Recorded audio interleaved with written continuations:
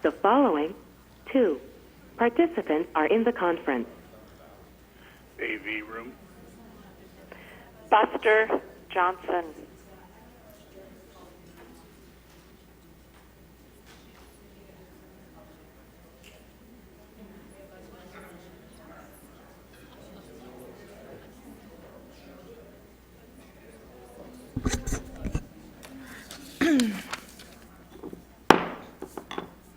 Good afternoon, everyone. I'd like to call the special budget meeting workshop to order.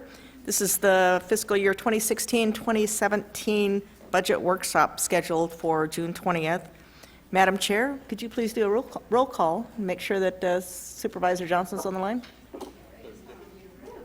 Oh, Madam Clerk to the board. Did I call her Chair? Supervisor Johnson? Yes. And I believe Supervisor Watson is not on the line. Okay, thank you. Just for the record, the entire budget process will be on the county website, and it's being recorded for anyone that would like to watch it at home or watch it again later.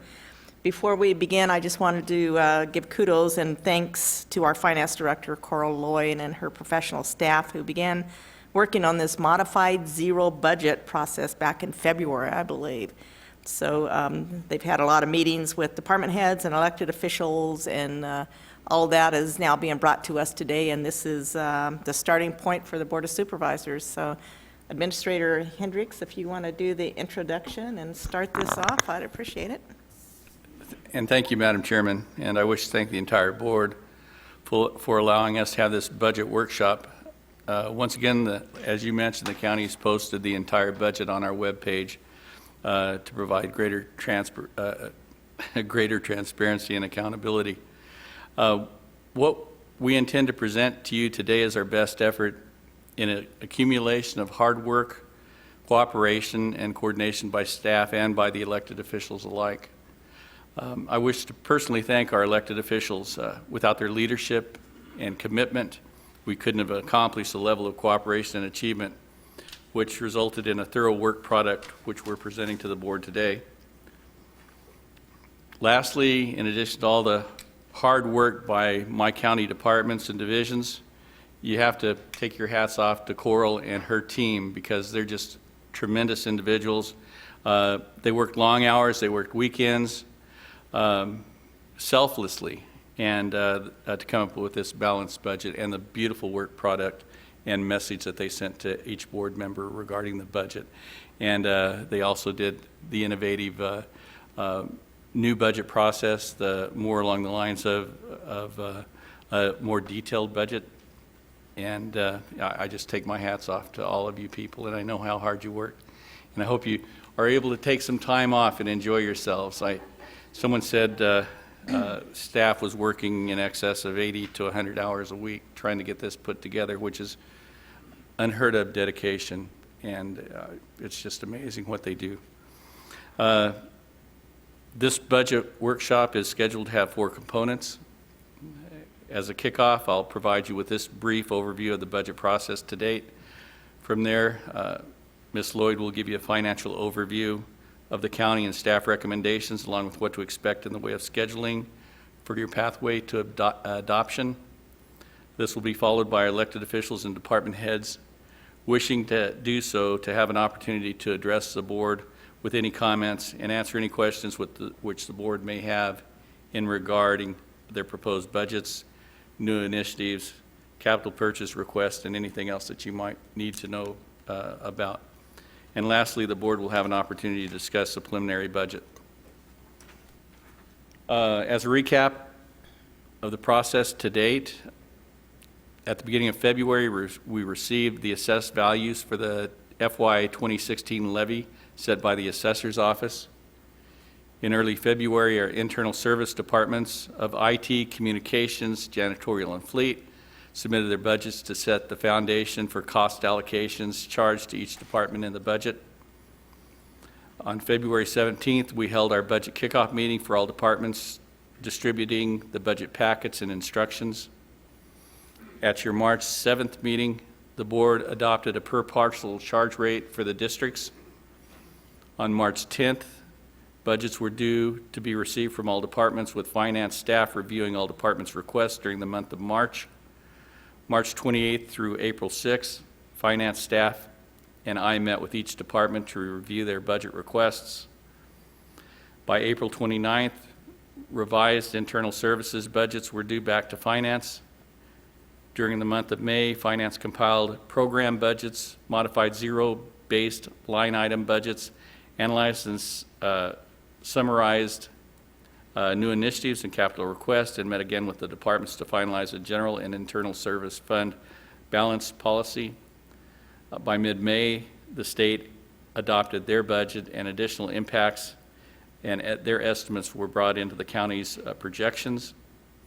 By June 5th, finance distributed FY 2017 preliminary fund balances and fund balance policies standards to the board for review.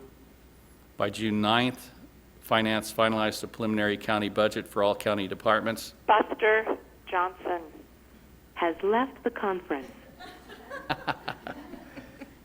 And that brings us to today's workshop. And with that, I'd like to turn it over to Carol and her staff, our Coral and her staff. Thank you. Well, good afternoon, and thank you. I'm honored to be here today to have this opportunity to present to you the preliminary budget, and I want to give, again, special recognition and appreciation to Sonia and Judy, who put in a tremendous amount of effort and time in bringing this budget before you, and as well, as Mike mentioned, thanks to all of you as well. You've worked hard, you've continued to listen to the department needs and meet with us on all of our budget matters and be open for consideration, those items that are coming before you. So I appreciate that. And special thanks as well to Mike. There's a lot of trust that goes back and forth between what the message is going to be and how some of these items with new initiatives and whatnot are going to be delivered. So happy to be here today, and I'll be happier at the end of the day today, I hope. Again, the budget, we tried to bring into this presentation both the program budget that we looked at this fall, as well as make some amendments to the modified zero-based line item approach so that you would have a lot more information for your decision-making purposes. And hopefully this is very transparent and identifies how funds are spent, and then for the new initiatives, what, the types of support that goes behind those, and the considerations that the departments are trying to bring forth. From the budget, Buster Johnson. from the budget highlights, the strategy this year was really one of just honing in on the financial condition. There's been a lot of discussion and question about, well, what really is Mojave County's bottom line? So we wanted to bring that forth to you, establish a policy, and make adjustments within the internal service funds, particularly in the general fund, to get that all to balance and be where we need it to be. Get it balanced without putting before you difficult decisions, putting you in a place to make difficult decisions without having all of the information. So in many respects, some of the things that we'll be discussing will be a future discussion, but a lot of this is focused on bringing those fund balances forth, having you be aware of the bottom line financial condition, and then making future decisions based upon that information. So to get started, the fund balance in the general fund, we're estimating that right now to be about $15.3 million at the end of 2017, so a year away.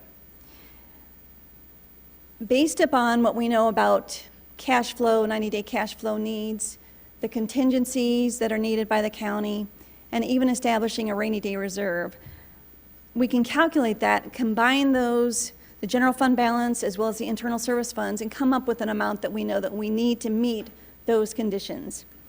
For the general fund, it's about $16.1 million would get us through, combined with the new revenues that we would get in July, August, September, but would get us through until we get the majority of the revenue in October from property tax. That would get us through. It would provide about a 2.5% contingency, which is only $2 million, but the county's never exceeded $2 million. This year, we're about $1 million, so it still gives you quite a bit of cushion there if we adopt that policy. And again, the 16 million would provide you with just a bit of room for a rainy day fund. For this balance, I guess I would like to qualify it in stating that in order to come up with the 15.3 million that we will have in shooting for this target, we did recommend that we hone down our internal service funds to a 60-day cash flow, to basically a 10% contingency, and budget for those internal service funds from that perspective each year going forward. That seems to be very transparent. It meets the federal guidelines for grant accounting and some things like that that were kind of behind the scenes.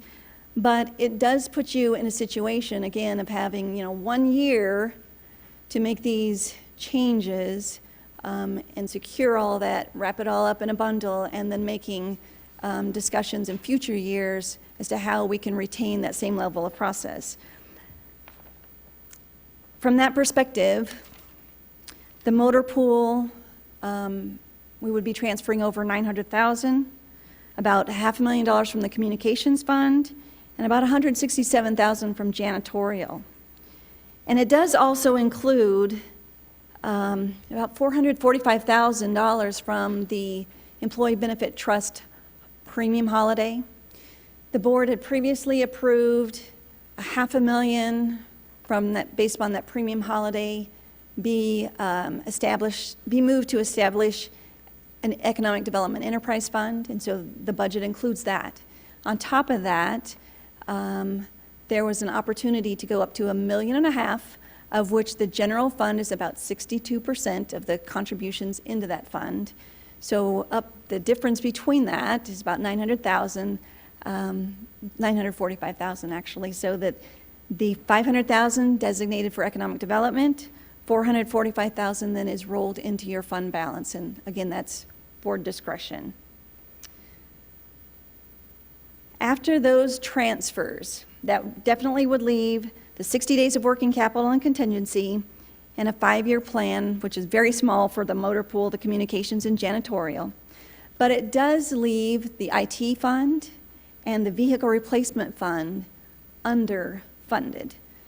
So what was interesting, really kind of frustrating, was that last year we ended up utilizing the vehicle replacement fund to the tune of $3 million in order to get the general fund balanced. And then when the 5-year capital plan was extended this year, then we realized, well, we're going to be underfunded for the entire amount by about $3 million. So that's something that we're going to have to address. The budget for the current year includes, I believe, 36 vehicles that are up for replacement. In 2 years, the number bumps up to 63 vehicles, which is $2.8 million.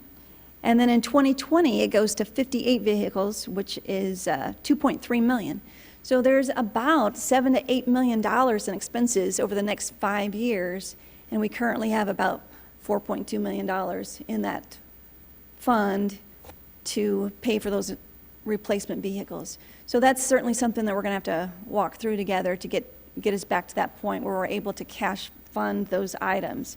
Well, and there are other options. You don't have to cash fund them. We do know that we will be renewing funds into there each of those years. So we do have some options, but I definitely need to make you aware. As much as I would just like to say things that you're going to be thrilled with, I need to be very clear and identify to you areas that I have some concern over so that we can address those as we look forward. For some of the other funds, such as HERF, flood control, the landfill, parks and recreation, those type of funds, we considered providing a formal policy, but each fund is so unique and based upon the infrastructure risk, the value of the assets, the types of events that can occur to those infrastructure, we believe that those can be supported by the 5-year capital plans as well as a measurement of asset value. So we didn't necessarily adopt a formal policy, but we are prepared, I'm prepared, Mike's prepared, the department's heads are prepared to speak about those if they should come up for question. Any balances in any of those other types of funds that seem in excess of what would be considered a minimum standard or whatnot could be considered for capital maintenance or improvements that would improve the quality of life for your citizens. But it should essentially only be spent as it's related to that fund. For example, HERF monies are constitutionally protected, so they could only be utilized for street purposes.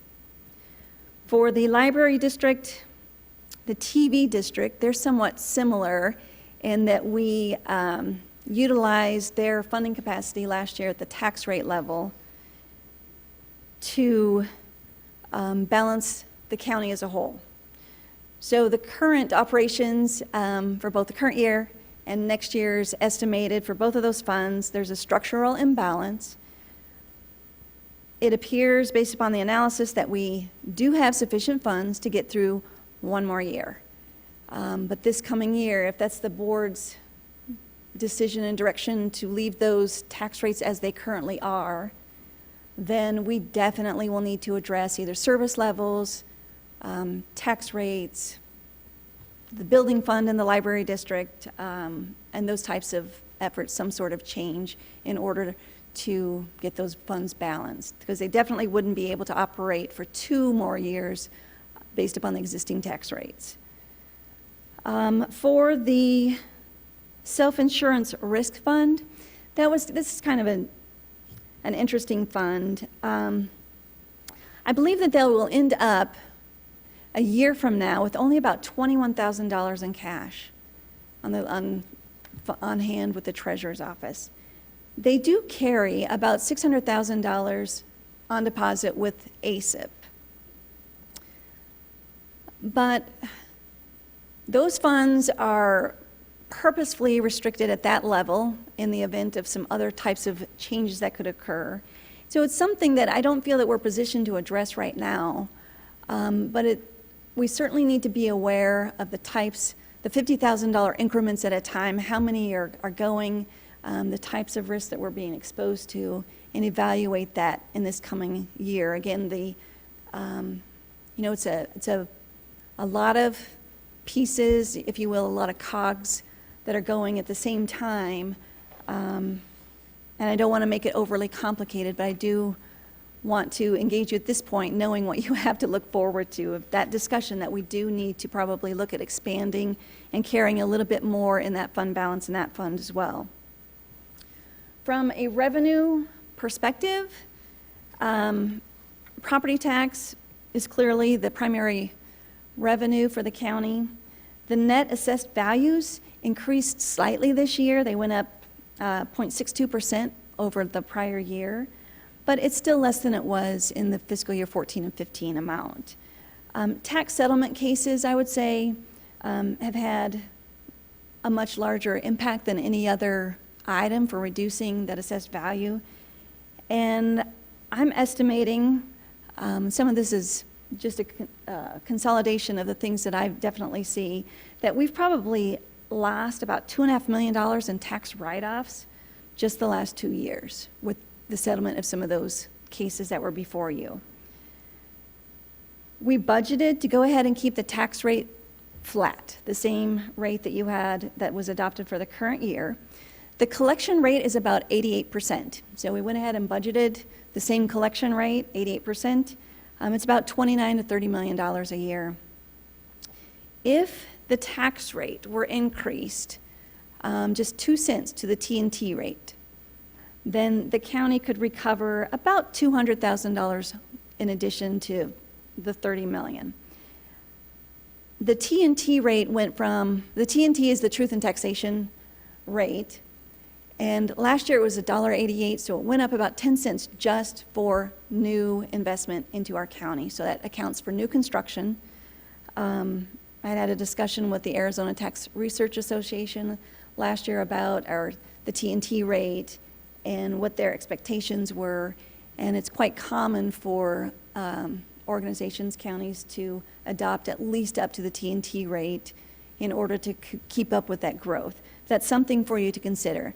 I would recommend that, but it is not in the budget.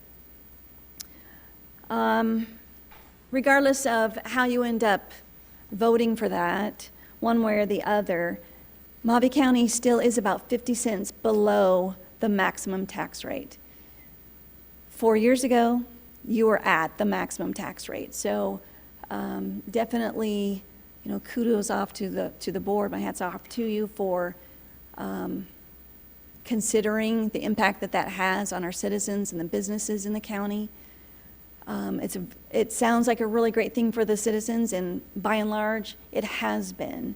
But that amount for the current year equates to about $8.5 million in revenue, and I think that there are certainly things, maybe the unintended consequence, but there are certainly things that you're seeing before you and that you've heard from each of the departments and other elected officials as to the consequence of delaying any tax rate changes and modifications. On the expenditure side, we do have about $1.3 million in ongoing state cost shifts and sweeps. This year, the number decreased, and again, I think that this was, by and large, joint efforts between the Board of Supervisors and the legislators. It led to overall a positive budget outcome this past year, whereby at least the juvenile corrections and the diversion of HERF were reduced. So that was a huge help to Mojave County in mitigating some of the other budget problems that we're going to have. So I really appreciate the efforts that went into that. But it still does leave for the current year about $1.3 million, and I think aggregately now it's over $16 million between 2008 and the current time for state budget impacts to Mojave County. On the summary pages in the book, on pages 9 through 15, there were some expenditure comparisons for the current budget year compared to what is being proposed for next year. And you could just go down the line and kind of see what departments increased and decreased. Compensation increases outside of any reorganizations or any new initiatives were not included in the budget, except for that was legislatively mandated for the judicial salaries. Clearly, we recognize that employees are one of the greatest assets we have, and it's important to have a discussion about compensation. I think that we need to, let employees know the appreciation, the value that they have to the organization, but it's impairing, the lack of action overall, I would say, is impairing our ability to recruit and retain. You already know this, but it just wasn't possible from the calculations that I could do to include any compensation or recommend any compensation increases and keep any structure in the balance in the budget at all. So again, that's something that you all can discuss. The PSPRS did increase this year about 3%, from about 39% to 42% for the sheriff's officers.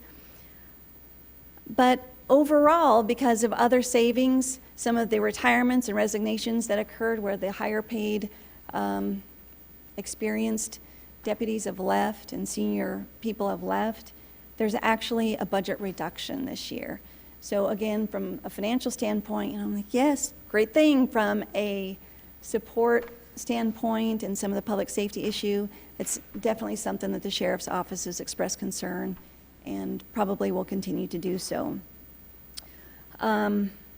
Speaking of PRS, that is one of our unfunded liabilities. The county's unfunded liability is about $18 million.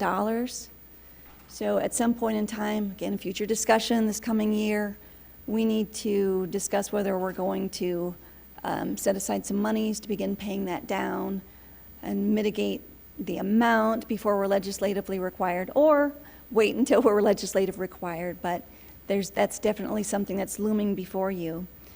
And another item of note along the compensation line, the federal government recently implemented some new language on the FLSA law for overtime, and we have not included those calculations in our budget at this point in time for any department. And I anticipate that we will know what that impact is going to be soon, and we will let you know as soon as we know. Other items or any other unfunded liabilities that are not yet included in what we've recommended include a rate increase that we found out on Friday, that we're going to have a rate increase for our Title 36 indigent mental health care.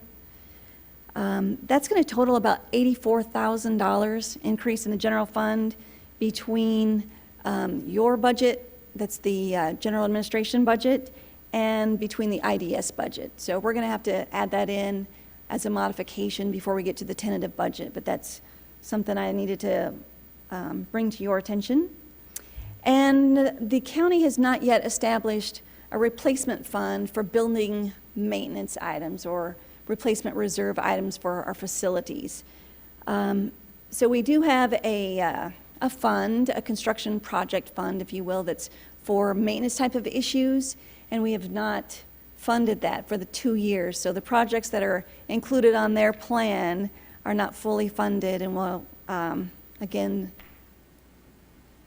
something for discussion in the future. The debt service and construction funds from the quarter-cent sales tax, that's progressing as expected, and it does include about $2.2 million for 16-17 for the architectural services for the Law and Justice Center. If you should choose to do something else with the funds that are reserved in there, then we would have to look at, right now we're planning on using the reserve funds to pay off the jail facility debt service in 18, and then cash pay for the renovation and construction of the Law and Justice Center. Should you look at other alternatives, then we would have to look at debt financing and secure additional revenue sources for that. Another item, winding down here, getting close to the end, there was flex language adopted again with this state budget implementation.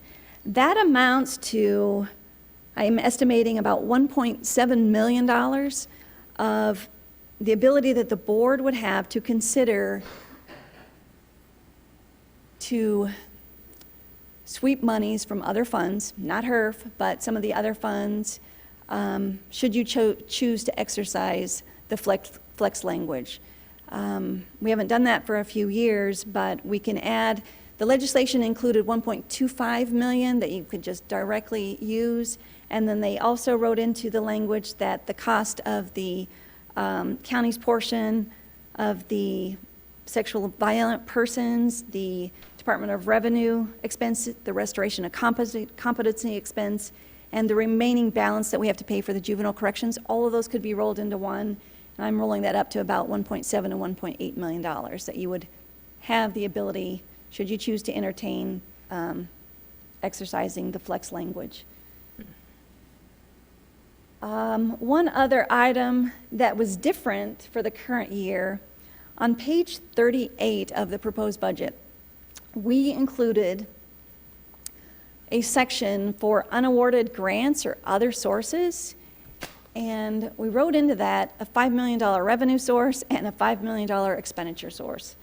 What we've been coming up against this current year, and even in, I would say the prior year that began to approach, but we certainly were scrambling for the current year, that at times departments will receive grants for capital projects or even for operational changes that are unknown when we're reviewing the budget in the spring and during the summer for adoption. They become aware of that later in the year, and without some ability to provide an appropriation, we can't spend the money. The state law requires that the tentative budget that you end up adopting is the ceiling for the budget. So if there's anything that comes in that was missed or underestimated or completely unknown at this time, then we end up having a challenge of finding the appropriation in order for them to be able to spend their grant funds. An example of that was actually with the HERF this year with the grant award for the $1.2 million, and the county ended up having to And we had to prepay our portion, and finding the appropriation for $1 million in a very tight budget was difficult. So this is just a section in there that reserves an appropriation. It cannot be spent without a revenue source, but at least we would be able to move the appropriation from this spot to a grant or some other source that you become aware of when you need to. And I guess with that, I would just say, maybe for the 5th time, that a lot of these items that would come up today, I recognize that you're not in a position right now to make long-term decisions with the information that you have today. I recognize that, Mike recognizes that, the departments recognize that, and we are here, to be your advisors, to provide a servant leadership type of information, if you will, and we will do, if you need any additional information, we will do whatever we can do to provide that to you, but we're not trying to put you into a position, to put you into a corner where you have to make a decision right away. The tentative budget, we're planning to move to the July 18th meeting. It gives us a month to kind of consider the initiatives that are in here, or any other items that we've missed, or direction that you want to provide to us. And then we would ask that you adopt the final budget, the first meeting in August, with the tax levies coming the second meeting of August. So those are my opening comments. I guess the primary, outside of the fund balances and the internal service funds and the financial condition that we were looking at, we have pages of new initiatives to review and capital requests. Some of those initiatives are in, some of the capital is in, and others are not in. And I think that there probably could be some items that some of the departments have that we don't have in there that they would also like for you to consider. So with that, I will open it back up to you. Madam Chair. Okay, thank you very much. And I'll open it up to comments, and Supervisor Moss. I just have a few questions to clarify your report, and I really do appreciate your time, Coral. You referenced, and correct me if I make a mistake, because I'm translating the words you've said.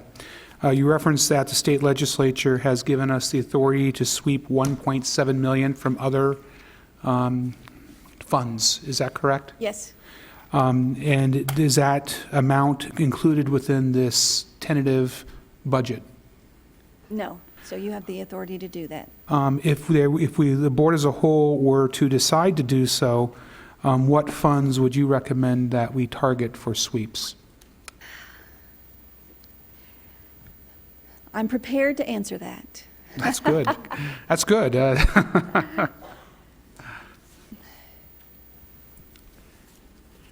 Could all of the people that work that side of the city please leave the room? The funds that you would have available at this point then are going to be, and this is very painful for me to say this, but it's going to be the landfill, the Parks Fund, flood control, although there's some reservations about that as well. What else am I missing here? One moment to say. But they're basically your enterprise funds that have been created, by the Board of Supervisors. And so those are subject to your decision on how those monies are allocated out, if you will. They are supported right now with the 5-year plans. Any balances we put into contingency. How much is in the TV district fund right now? The TV district has about 2.2 million, I believe. Hang on just a second. And what's the annual yearly revenue needed to run the TV district? My understanding is, depending on whose math you were using, it would jump between 250 and 800,000. Yeah, I think it's about $400,000 in revenue for the current year. We know that we ended up, based upon the audit this past year, at 3.3 million. And we're expecting for there to be a structural imbalance by about 800,000, which would drop that to as low as 1.4 million by the end of fiscal year 17. Now, I guess I should qualify that we realize right now that we do not have a handle on the closure, post-closure cost for the TV district. So I don't know if that amount's going to exceed the 1.4 million or if it's going to be less than the 1.4 million. But that's, okay. Thank you. You've answered my questions on those areas. Now, when it comes to the Sheriff's Department, I had one comment from Chief Deputy McCabe, and I had another thought on my own regarding dealing with the compression issue. He had suggested that we could potentially freeze 5 deputy positions because he can't hire them anyway because of the standards they have to employ. You just can't hire anyone off the street. And that would be utilized, that could be utilized to deal with the compression issue. Is that taken into account in this budget? It is not in here, but I agree. And if and when Chief Deputy McCabe steps up to speak for the Sheriff's Department, he can correct me if I mischaracterize it. I frequently mess things up. The second idea, which was my idea, is what is the Sheriff's Office yearly contribution to the Vehicle Replacement Fund? I believe that is about $600,000. I thought it was a bit more, but I could be wrong about that. Is there any impediment to reducing that contribution to the Vehicle Replacement Fund in order to deal with the compression issue in whole or in part? And I'm going to answer that yes. And the issue is that in 2 years, the bulk of the 63 replacement vehicles are in the Sheriff's Department. Okay. What's going to be in this 2-year plan or this 2-year summary source, what will be the amount in the Vehicle Replacement Fund after we take care of the Sheriff's 63 vehicles at current funding levels? Now I'm going to reiterate to you what I think you just asked me. Okay. asking what the- I freely confess my sentences probably have a lot of commas and I should have chopped it up a bit. So go ahead. What my estimate is of the Vehicle Replacement Fund after we have paid for their replacement vehicles for the next several years? Correct. Okay. I mean, what are we growing it to from where it currently sits now?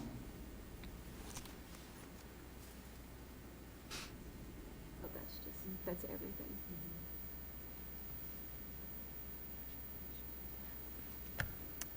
I will have to get back with you on that. It looks like we're putting about $840,000 into that replacement fund. And is that from the Sheriff's Department or all departments combined? Just the sheriff. Okay. The experts are telling me just the sheriff. Oh, 640? 640, okay, I go back. Okay, that's what I was thinking. 840 is total. Madam Chairman, Yes, Mike? and Supervisor Moss, may I ask Coral a question? Sure. Okay. If you recall, Coral, when we were working with Steve may be able to help us on this, but when we were working with Steve, what he was proposing and the rates that he put forward in our budget discussions, Coral, were to actually lower his rates so far that the costs were, it would have unbalanced it, and we didn't allow him to do that.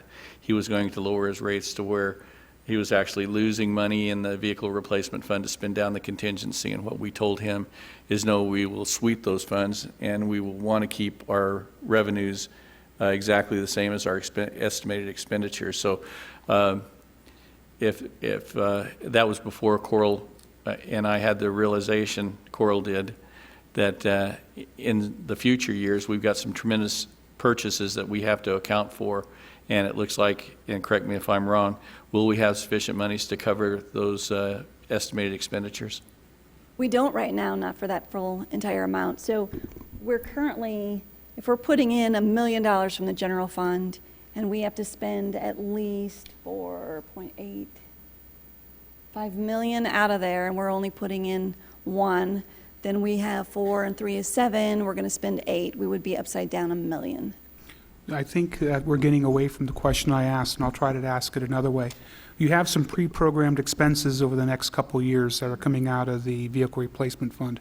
What will be the amount left in there at the end of those pre-programmed expenses, considering our rate of contribution? In other words, will we, Minus 3 million, so we're not growing the fund at all, we're reducing the fund over the next several years? Okay. correct. And that takes into account both estimated expenses and estimated revenues, Yes, including internal revenues that our departments are paying? yes. Okay.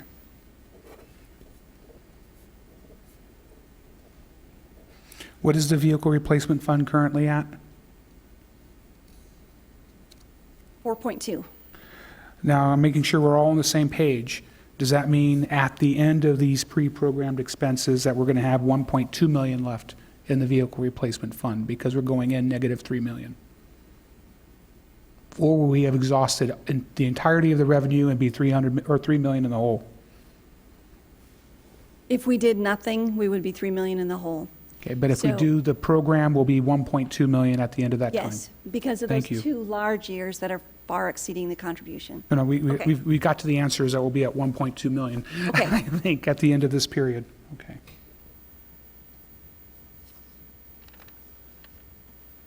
I think I have everything for the moment. Okay. Supervisor Angus, do you have any comments, questions? Would you repeat again, so the money that we had set aside from the health benefits trust, so we took the 500,000 and so what did you say that the rest, that you were recommending to do with the rest of it? The balance of 445,000 is currently just in the general fund balance. So I'm not recommending, that was at board discretion. Right, so So- it's at board discretion, so it Yes. comes out to another, Yes. what, 900,000 or The something? total was about $945,000. Right, With 500,000 going to economic. right, with the Yes. 500,000, but that's still at the board discretion. Yes, Right. And absolutely. just so we're clear, that's 500,000 plus 400,000, right? So 500,000, that 900,000 goes into the economic development fund. No, I'm sorry, I still don't understand then. I just wanted to make sure we weren't saying 900,000 plus 500,000 that goes into the economic development fund. It's 900,000, and a portion of that 900,000 is going to, for incentives for dot food. Right. It was 1.5 million is what we said we had the ability, and 500,000 of that is going towards the Economic Development Fund, and so that leaves about $1 million. And so I just don't know where that 400,000. Okay, here, of that 1.5 million, general fund realizes 60%. We don't realize the entire 1.5 million, so that 60% of 1.5 is 900, rough, round numbers, 900,000. Okay. So out of the 900,000, 500,000 of that 500,000 goes to the economic development And that's incentive. where you get the 400, okay. Thank you. Madam Chairman, that prompted another question on my part, and it also concerns the Employee Benefit Trust. What was the amounts, the millions that we have put into the Employee Benefits Trust for our emergencies versus what the auditor had referenced that we should actually be at? My recollection, it was 6 versus 9, but, That's correct. That's Okay. correct. We had And- about 9.3 million in there. right. And they recommended that we keep at least 6.9 million. So with the holiday, the premium holiday, it would take it down to 7.8 million. So they're still in excess, a million in excess of their bottom line. Okay. And that's also monies that we can declare an additional holiday for and put into other expenses if we needed to. But we would have to, Go back to the board. Board would have to go back and. Right. agree to it. Thank you. Okay, Supervisor Johnson, do you have any questions? Any comments? Ms. Lloyd needs to send me page 38. She didn't bother to share that one with me. I'm sorry, we can't hear you. Could you try again, please? I said I need page 38. Page 38. Page 38, okay. It wasn't included in my book, so I just need it sent to me. Yeah, you referenced page 30. Is that what you're saying, Supervisor Johnson? You referenced page 38, but I don't have it either. Ah, Was that one? Yes, that's it. It wasn't in my book.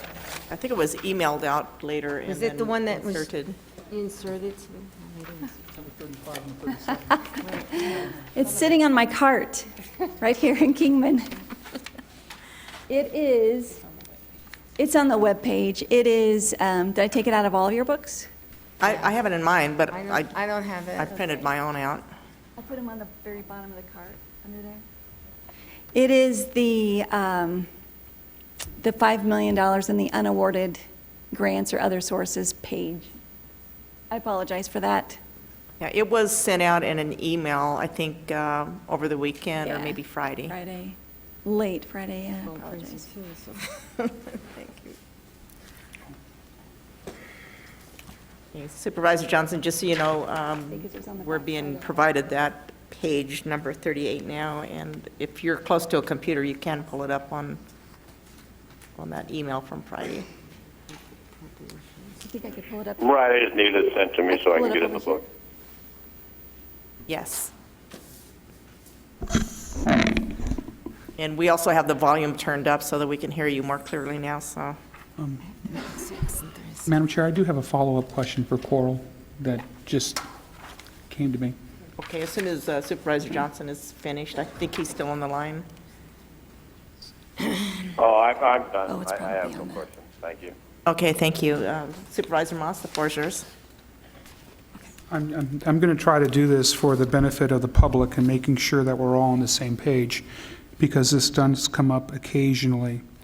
If Coral, on page 8 of the budget book, Page 8.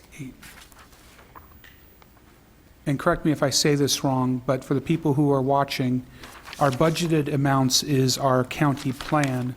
However, that may or may not correspond to our actual revenues and expenditures. Would that be a correct Oh, statement? yes. And this last budget year, we had budgeted per our plan 83.7 million in revenue, but we only actually realized 78.5 million in revenue. Is that correct? That's correct. Okay. Now, when we go to our expenditures, our budgeted expenditures were 86.2 million in revenue from this last year. So per our plan, we intended to have roughly 1.5 million to the good per our budgeted plan. Would that be a correct statement? Looking at our Well- budgeted revenue and our budgeted expenses for fiscal year 2016. If you leave out the contingency, but once you put in contingency, then it is the other way. But the 83 million revenue compared to the 81 million in expenses, yes. Okay. And so you covered that, you're getting to where I'm going to. You covered that by contingency, Yes, and we spent 1 million of that 2 million contingency, or 3 million contingency. right. Okay. Now, looking to the actual expenses, we had actual expenses of 77 million for the fiscal year 2016. That's what we're estimating, yes. Right. And our actual revenue is 78.5.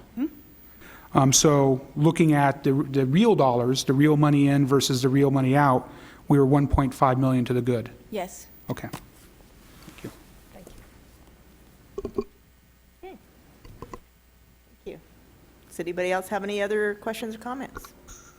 Yeah, Mike Hendricks. Madam Chairman, we might want to invite the elected officials and department heads down to see if they would like to contribute to this workshop. Yes, I intend to do that, and I'll do them as they're addressed in the book. And so we'll start with looks like our county assessor. Mr. Fielder, if you'd like to come down and address the board? Oh, they're doing.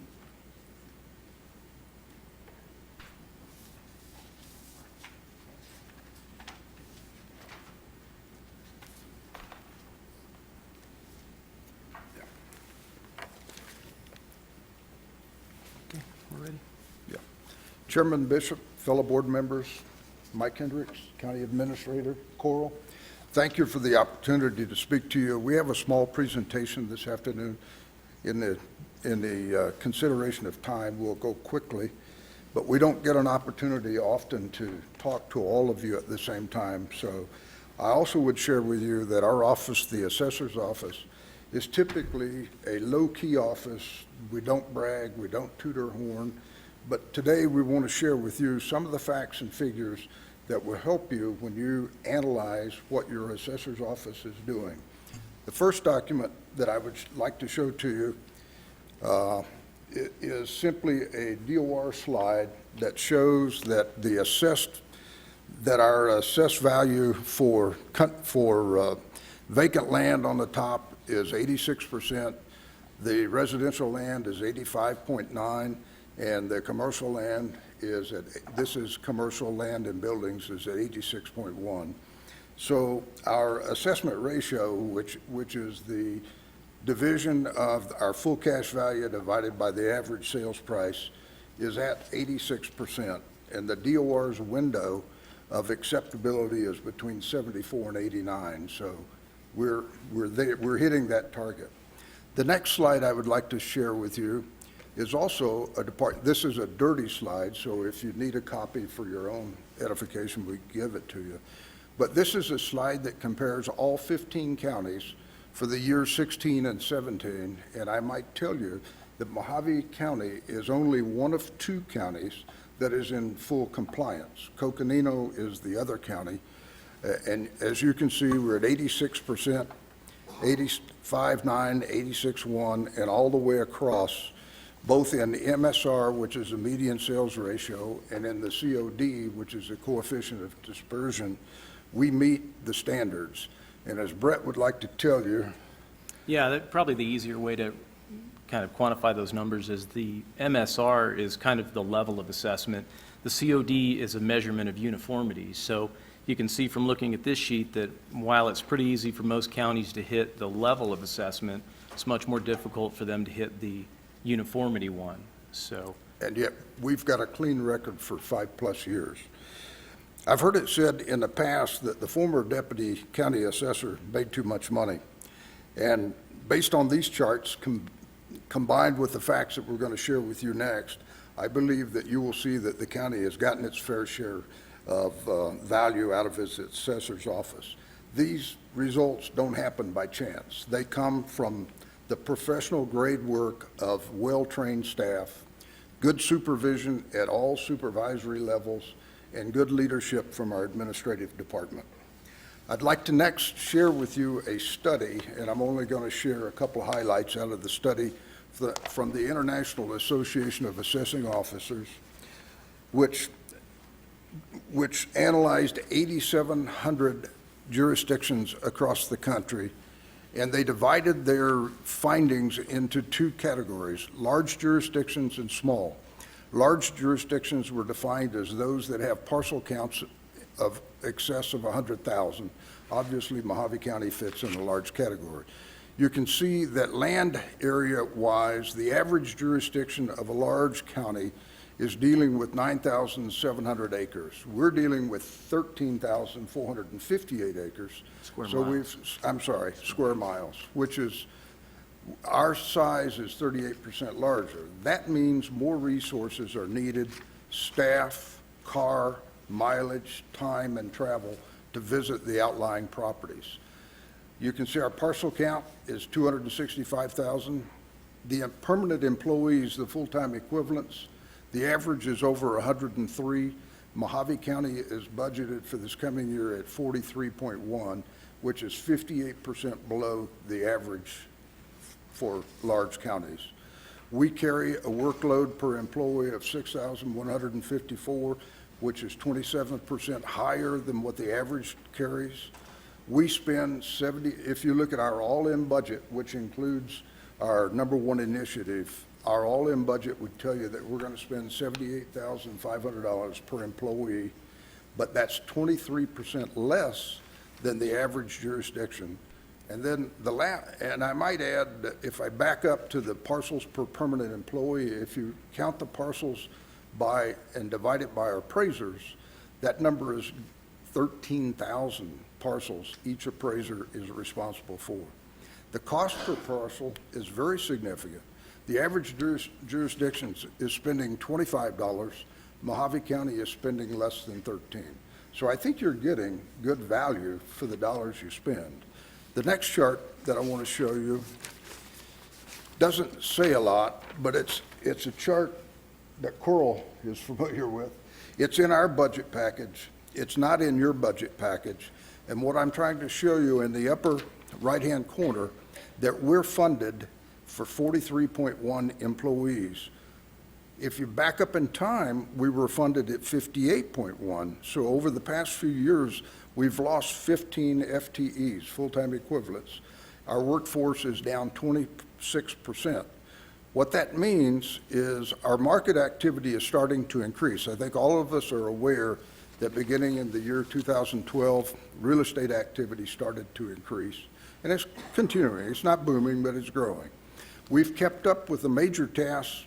The exception is canvassing. We're falling behind in canvassing, which ultimately is dollars into the tax base. We believe that technology is the key to us staying abreast of our workload without having to significantly increase staff. And I just gave you a comparison number that if you take a fully trained appraiser 2, the all-in cost, now they don't make $60,000, the all-in cost includes the contribution the county makes for the retirement account, the health insurance, FICA, et cetera, is at $60,000.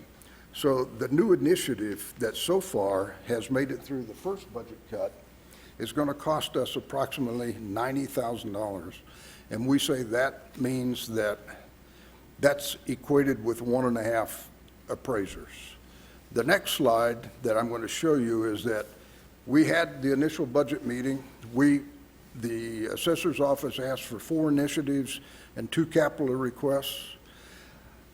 The first initiative, pictometry, we'll talk about that a little later, did make it through the first cut. The other 5 requests did not make it through. We had a full-time, half-time clerk that we wanted to add to the Bullhead City office and the Lake Havasu City office, and you've heard this before. But our idea there was we have public office hours between 10:30 and 2:30, and we were hoping to be able to have our appraisers in the field working the appraisal work and not have them sit on the telephone or the counter doing clerical work. Those 2 requests failed. The other 2 failed. We wanted to convert a part-time employee to a full-time, and we wanted to add a vehicle to the Kingman office. We currently have 2 vehicles available in Kingman, 2 in Bullhead, 2 in Lake Havasu, for 43 people to use. And the last initiative that we had was a lease replacement for a large format printer that cartography uses when they supply prints to the public. So with that, let's go to our next slide, if it'll go. The one initiative that did go through and the one initiative that we're most concerned about is pictometry. And I would like Brett to take a couple of minutes just to share with you what we believe pictometry will do for the assessor's office and the county in general. Yeah, we're most concerned about this one, but it's also the most exciting one. I think you guys are going to see that this brings some enterprise-wide benefits to the county, not just the assessor's office. And we could spend a lot of time on it, but I think what I have here is just a few slides that'll kind of give you an idea what this technology is and maybe what it can bring us. So very quickly, pictometry is basically a name that relates to aerial image capture, but instead of straight down photos, we're taking oblique photos of every single property that we would be including in the project. Those images are stitched together to create maps, which can be pushed out to our web, and there's also some software that we as appraisers can do certain things with those images, which I'll show you in a bit. And the real claim to fame for this technology is that even though they're photos, every pixel of every photo is geo-referenced to the Earth, and so you're able to do some very accurate measurements from these photos that we can't currently do with the imagery that we have. And, you know, there's a multitude of uses, but probably some of the biggies are obviously assessment, planning, development, emergency response. It's a very nice GIS product that you'll see. And it's a widely accepted industry technology. If you look in Arizona, these green counties here, they all currently have pictometry.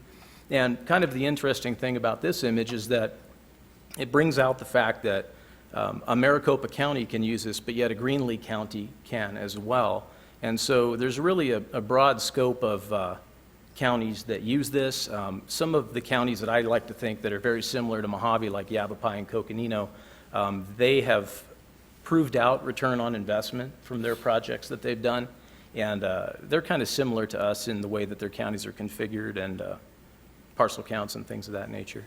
So here's some quick examples of what pictometry is. This is not a fake photo. This is a real photo right out of our data set. This is about the level at which you could zoom in on a structure in our current orthophoto layer that we have available. This is up where, in Beaver Dam? This is in Beaver Dam, yeah. Beaver Dam. And, you know, you can probably delve out of there that that's a house. And a red car. And a car, driveway maybe. A similar sort of resolution, or at least zoom level of pictometry would have an image that looks about like that. Obviously a lot clearer. This is either 3 or 4 inch resolution. I'm not sure exactly which one. This was from the pictometry website. And so you can see that in comparison, there's a significant difference. There's a significant more amount of information that you could pull from this photo than you could from the one on the right. But the beauty of pictometry is that it gives you oblique photos of every property. And although I've only pulled 3 sides to this home, there's actually at least 4, plus the straight down image. And so if you look at the northwestern image there, the straight down shot, you can initially see that that's a house. There's some concrete there. Not really sure what's going on, whether that's a concrete deck or a wood deck, whether or not those are porches or whether they're living area like where the concrete leads into. And with this oblique photography, you can see those things. You can see, for instance, in the bottom left-hand corner that that's a wood deck. There's railing on it and whatnot. It's not simply a concrete slab. And you can also see that there's some living area, for instance, under something that you might have perceived to be a porch. But of course, the beauty for pictometry is going to come in where you can do things on the images. You can measure in the X, Y, and Z axis to get accurate square footage measurements, volumetric measurements. And then, you know, you can measure things straight from the ortho photo to the oblique photo to list things that you may not have previously had on the roll. We can compare that image directly against our valuation base and see that we didn't have a wood deck. Now, instead of sending out an appraiser to that property to measure that deck, we can do it right from here and immediately get that value into the roll without spending any of those expenses that are related to sending an appraiser. And so, just as a summary, you can get kind of all the baseline information straight from the photo. In a majority of cases, there's going to be some photos that are occluded or make it so you can't see everything, but we think we can get a lot done with this product. At the desk. At the desk, right. And so, you know, we've already talked about some of them, but certainly the benefits of pictometry would allow for a more efficient canvassing of all of our improved properties. Every wood deck that we add to the back brings in that value of that wood deck every year from now on. And right now, we're simply not getting done that part of our work. We don't have enough live bodies to do what we call canvassing, to go out and find things that we may not have had permits for, things that people built without permits. So it allows for us to get some more compliance with recommended canvassing guidelines. And as I said before, we don't have to send staff out in order to do that. But kind of as a larger point for you guys is that from an enterprise perspective, there are a lot of uses for this that people use it for other than just assessment. Obviously, you can see some GIS uses. Sheriff's Department, if they had a tactical need to know what all 4 sides of a property looked like before they went to the property, or maybe some development services uses, flood control. Because it's a oblique photography, you can see terrain, you can determine certain things like that. There's a possibility for IGAs with, you know, City of Kingman, the fire departments, the police departments, and obviously there's a lot more uses that, you know, it's one of those technologies that as you use it more, you discover more uses for it. So. And so what we're proposing in that new initiative is a very specific set of coverage. This is a picture of the county. We're covering all the major improved areas of the county. It's the blue areas: Bullhead, Fort Mojave, Lake Havasu, Kingman. But we're also looking out to some of the more rural but densely populated areas: Dolan Springs, Meadview, Arizona Strip area, Golden Valley. And then finally, this is a slide that relates to the cost of pictometry.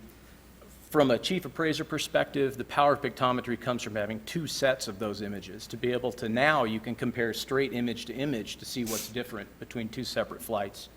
And so with that in mind, we've structured kind of a proposal here that has some costs that are included in our budget. It represents the software, licensing, imagery. It's two flights that are 3 years apart, which coincides with our Canvas cycle. Their cost structure is based upon the number of sectors, which is roughly a square mile. And we figure that those blue images that I showed you on the previous slide is anywhere, depending upon where you draw the line and where their plane needs to fly, anywhere from 485 square miles, let's say, to 625. The 470 is their rough cost per sector.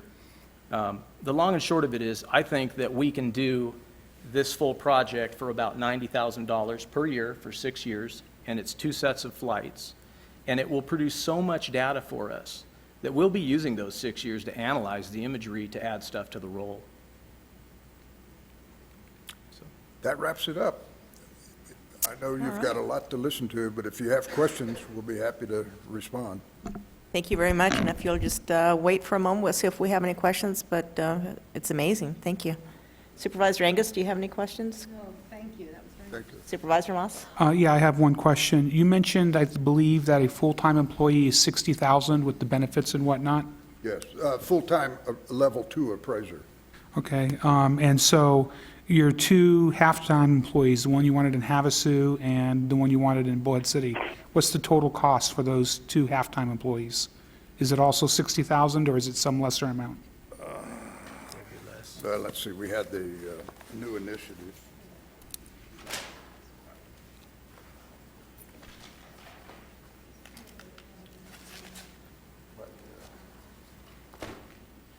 Sorry for fumbling, but No, it's all right.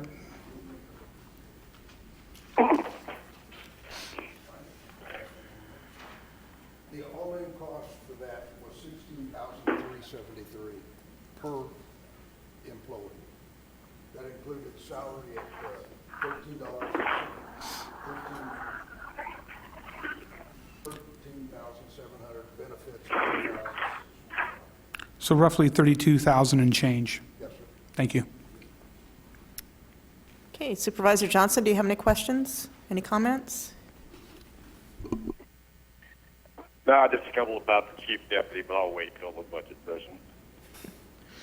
Okay, thank you. I have a couple questions in regards to this imagery. I think it's value for the money. I can see the sheriff's office being able to use that for their search warrants and for various reasons. I think it's something that they would utilize quite often. And I think it'll help us with the new rural agricultural exemption that we're working on right now, because if that goes through, then they won't be required to get permits, and we can easily check on outbuildings and make sure they're not residential buildings. One other question that I had unrelated to that is your vehicles. You said there's 2 vehicles assigned to Kingman. Does that include the vehicle that's assigned to the elected assessor? No, ma'am, it doesn't. Okay, it's, We did pull that car back, and we've currently got it in the pool here in Kingman for our office to use. okay, so depending on who the newly elected assessor is, whether or not Correct. that assessor will take that car full-time for I the doubt if they assessor's will. person. I doubt if they will. So that would give you at least another half a vehicle? Yes. Okay. We didn't want to tell you that. All right, all right. I'm very much in favor of this new, what's it called? Pictometry. Pictometry. Very much in favor of that. Thank you. Thank you. Mike, do you have any questions? Madam Chairman, thanks for asking. I want to just say how much of a pleasure it was working with Ken and his staff this year and how great of a job they did. We did some good negotiations on where we wanted to be with his budget. One of the things that was discussed is this pictometry is going to be done at the desk. One of the justifications for the new employees were so that the assessors could be out in the field. Well, this pictometry will work in our favor and allow him to do more work with the the exact same staff that he has, and some of the work that these individuals are doing in the office, they can be doing, and creating them to stay in the office because of answering the phone. They'll be able to do that work within the office, Havasu office, and be more efficient. So we took a lot into consideration. Not putting on the 2 additional employees also changed the dynamics of needing a new vehicle. But thank you again for all the hard work you did. I appreciate it. Thank you. Okay, thank you. Next in our book is the county treasurer. Is Cindy Cox available here today, or her representative?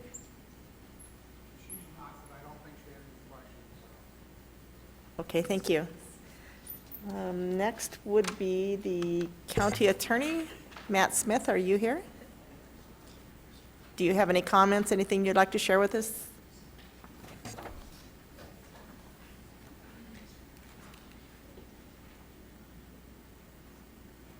Madam Chair, members of the Board of Supervisors, Madam Clerk, County Administrator Mr. Hendricks, the only thing I have to say is that since Lisa Samstag has been our office manager over the last 8.5 years, we've managed to come in under budget every single year. So I just wanted to point that out, give her the credit that she's due. She did mention to me that maybe it's not always the best idea because we don't want to see our budget get cut anymore, but other than that, I'm happy to answer any questions that you have about the budget or address anything else at this time. Thank you.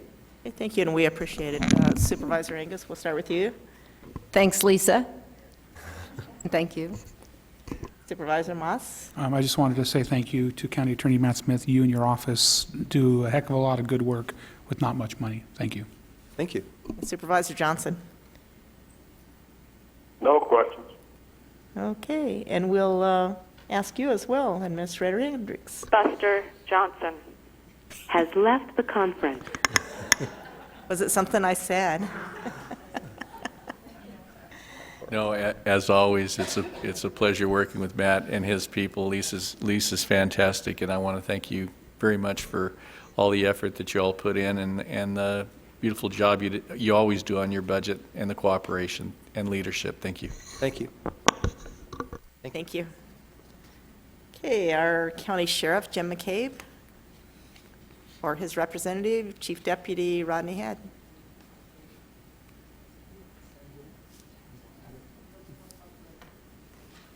I actually do have a PowerPoint on a thumb drive, so if somebody here could help a non-techie guy out, I'd appreciate it.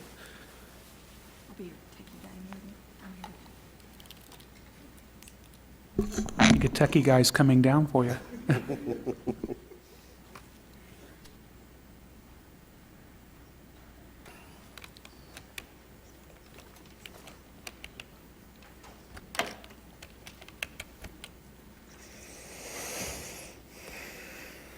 Supervisor Johnson, just so you know, while the IT is... Buster Johnson has joined the conference. Supervisor Johnson, we have our Chief Deputy Rodney Head at the podium. He's now handing out some handouts that you won't be able to see, but if you're on the computer, I think it's going to be on a PowerPoint that's being uploaded now. All right, thank you.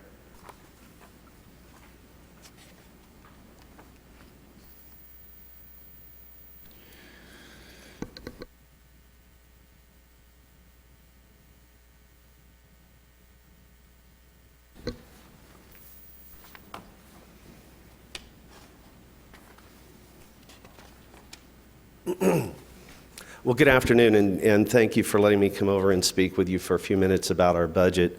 Before we get into a discussion about pay for personnel, if you go through the budget, I think you'll find there's really only one initiative that we've placed in the budget, and it has to do with a armored vehicle for our personnel.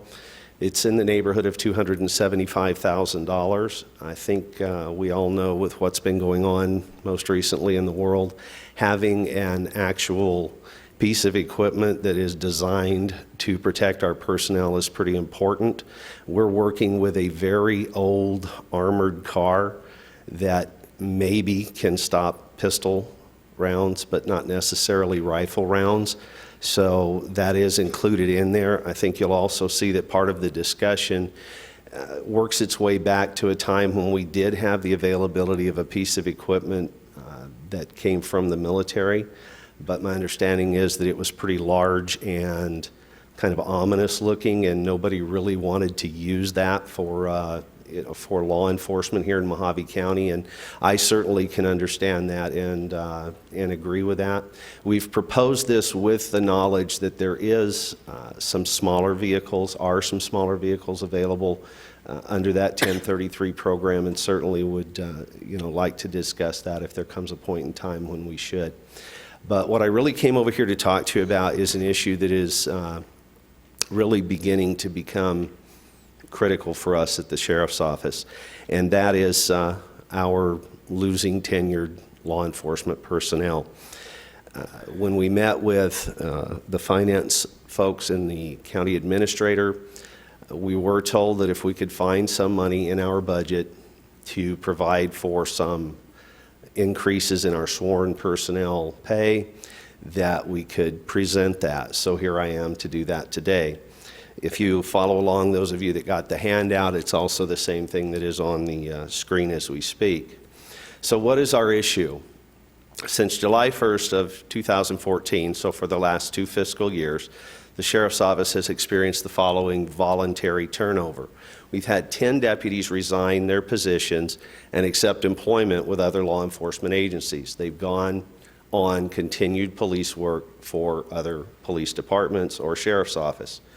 We've had 9 deputies resign their positions for various personal reasons and have actually left the law enforcement profession, and 13 retirements, including 12 deputies and 1 sheriff retired from active duty. I think we all know that retirements are inevitable. I think that's why most people work a long-term job, is so that they can reach retirement and retire. And employees leaving the Sheriff's Office and the law enforcement profession in general because it's either not for them or they have personal things that are going on in their life that keep them from wanting to be a law enforcement officer is pretty unforeseeable. But the effect of deputies leaving us to seek employment at other law enforcement agencies is expensive.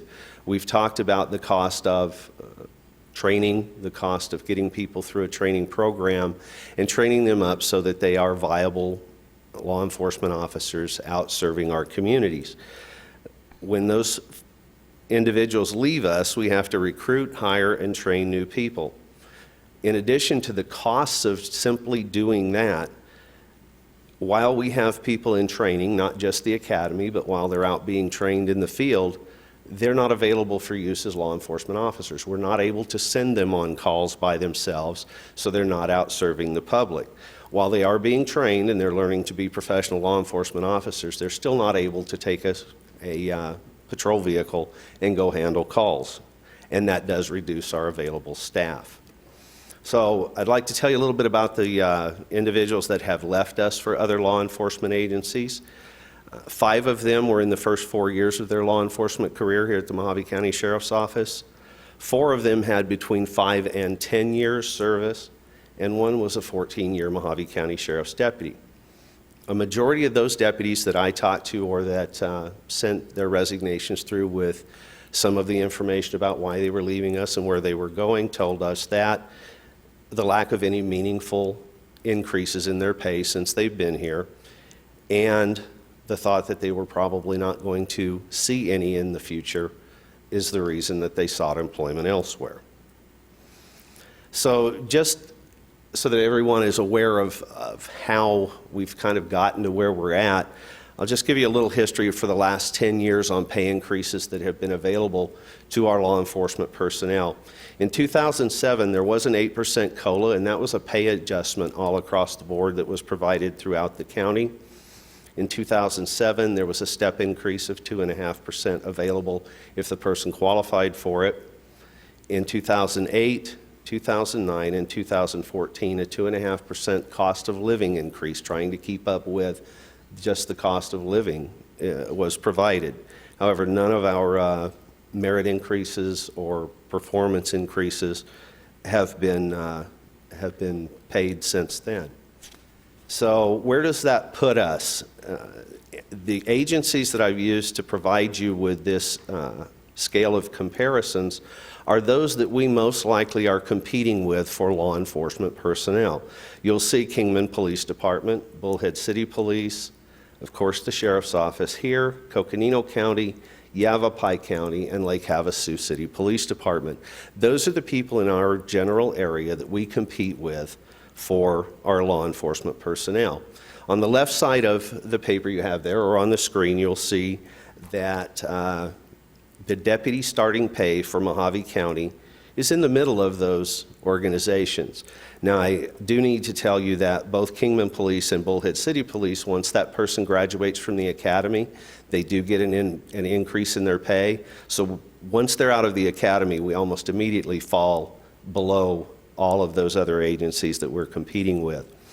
If you look at the maximum pay, and that's based on our pay scale, you'll see that we are number 2 in that, and that's speaks very well for the sheriff for the sheriff, the board, for the county, trying to make sure that we take care of our people. The problem is that very rarely does anyone get anywhere near that.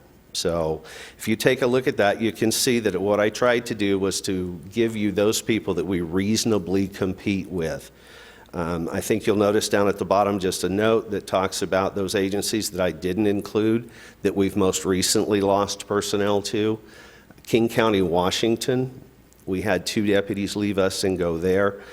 I will agree with you that there's no way that we compete with their starting pay when their starting pay is $100 a year less than our maximum pay for a deputy sheriff. We're just not going to compete with them. Or Paradise Valley, who starts their law enforcement officers at $52,000 a year. And we realize that. We know that we can't compete with those folks. If someone really wants to move to one of those places, we're not going to match their salaries. So where do we stand today based on our current deputy sheriffs compared to those agencies I'm talking about and where they're at now? If you take a look, these are based on the information from the League of Cities, from the county's salary study, and from records here at the Mojave County Sheriff's Office. You take a look, we're dead last in what we're paying our tenured employees. And when you look at even the next lowest one, we're about $2,300 a year less. And if you take the aggregate average of all of those that we compete with, we're about $5,500 a year less in what we're paying our tenured deputies. So the pay compression issue that we've all talked about, with the downturn in our economy and the subsequent freezing of our pay increases, other than those that we talked about already on a previous slide, our county employees, including deputies, have fallen behind in pay. And the inability to provide these step increases has resulted in a payroll compression within the deputy sheriff's ranks. This compression is best illustrated by the examples that you'll see on the slide that I handed to you. A deputy sheriff hired to attend the academy from May of 2013 till current is making the exact same dollar per hour as the individuals that graduated 3 weeks ago from the academy here in Lake Havasu City. Sheriff's deputies hired between 2009 and fiscal year 12 are at a rate 2.5% or 49 cents an hour above those new deputies. Those hired in fiscal 07 and 08 are at 5.3% or $1.04 an hour more. And a sheriff's deputy hired to attend the academy in 06 is at 8% or $1.55 an hour more. Individuals hired before that did have opportunities because the merit system was still in place. There were availability of raises. While all of them did not get all of those, that compression really works from today up to that 11-year deputy. So it puts us in a position where we're asking our field training officers, those officers with 5 to 10 years, to train a brand new person out of the academy, and we're barely paying them 50 cents an hour more, and we're expecting them to train our next generation of law enforcement here in Mojave County. So that's what's going on with the compression issue. So to fix that compression issue and to really bring those people in line with where they should be, those deputies in line with where they should be, after this 10-year period is not an easy task, and it's not a cheap task. The total cost of raises to completely adjust the pay rates where they would be had we been giving the merit increases amounts to a little over $1 million. Now, with this figure was actually calculated a couple of months ago, and we've had some resignations since then, so that number is not exact to the penny, but it is a pretty close number. So without being able to fund and completely reestablish the merit system, we're going to have to explore some other options. We need to find a way to at least show our people that we care enough about them that we're working on a solution to take care of this problem so that we stop losing our tenured employees. So can we leverage some of our unfilled positions? On average, during fiscal year 15 and 16, although I realize there's 10 days left in fiscal year 16, I don't expect a big change in the next 10 days, we have averaged 11 unfilled deputy sheriff's positions. And the reason for that is, as we bring new people in, we have our tenured folks leaving, and that training, which has to take place and takes place over well into 8 months' time, we just continue to have this turnover. Our recruitment efforts have been very good, and we've had really good success in not just recruiting, but also getting people through the academy and getting them out of the training program. But we need to stabilize our workforce. Without doing that, we're just going to continue to have our tenured people leave. Our new people are not going to be working with seasoned veterans that can teach them how to be professional law enforcement officers. So I come to you today saying to you this: if there is no other way to find the money to fund some raises for these sworn officers, because we have been running for 2 years with an average of 11 open positions, we can do some increases for those sworn personnel by freezing, not removing and not doing away with, but freezing the funding for 5 of our deputy sheriffs and their associated costs in the next fiscal year to provide some interim increase in the pay for our deputies, to let them know that, 1, we're working on the problem, 2, we care about them, and that we're trying to pay them appropriately. So let me tell you how that works. By freezing 5 deputy positions and the associated equipment, we will not spend $446,000 and change, and that can be made available to provide for pay increases to our sworn members in the sheriff's office. Now, that does exclude the sheriff, obviously, whose salary is set by statute, and myself, who would not think of coming to you and asking you for a raise. So the savings breakdown works like this. The salary for 5 deputy sheriff's positions is $357,000. The fleet replacement costs that we put into not just fleet replacement but motor pool charges is $86,400, and the uniform allowance of $3,250, for a total of $446,548. That's the money that would be realized that we would be able to put into these increases. So what would this increase look like? Here's an outline of how we propose going about this. Sworn sheriff's office members who are not above or at the top of their pay range for the position will receive the following pay adjustments. So members hired in fiscal year 14 and before will receive a 10% increase on the effective date of the pay adjustment. If the 10% increase would place them above the top of their pay range, the increase would be adjusted so that they would go to the top of their pay range. For those members that were hired in fiscal year 15, they would receive a 5% increase on the effective date of this proposal and a 5% increase on their anniversary date if their evaluation merited it. It's not an automatic 5%, just like it wouldn't be for anyone else in any range within the system. If their evaluation is not satisfactory, they would not receive a merit raise. For members that were hired in this year, fiscal 2016, they would receive or be eligible for that merit increase of 5% contingent on an evaluation with a satisfactory or above rating. The expense to implement this pay adjustment is $435,046. As you can see, it's under the savings from freezing those positions. I realize that this is counterintuitive for me to come to you and say, we want to hold off on hiring 5 deputy sheriffs and reduce the number of available positions. I really don't believe we're doing that. The desired outcome is anticipated to have the opposite effect.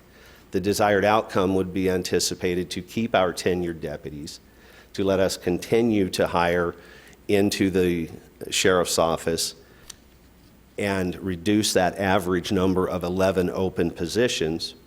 And keeping our tenured deputies employed and working means that they'll actually be here and won't be leaving us, being replaced by someone that cannot go out on their own and handle law enforcement services.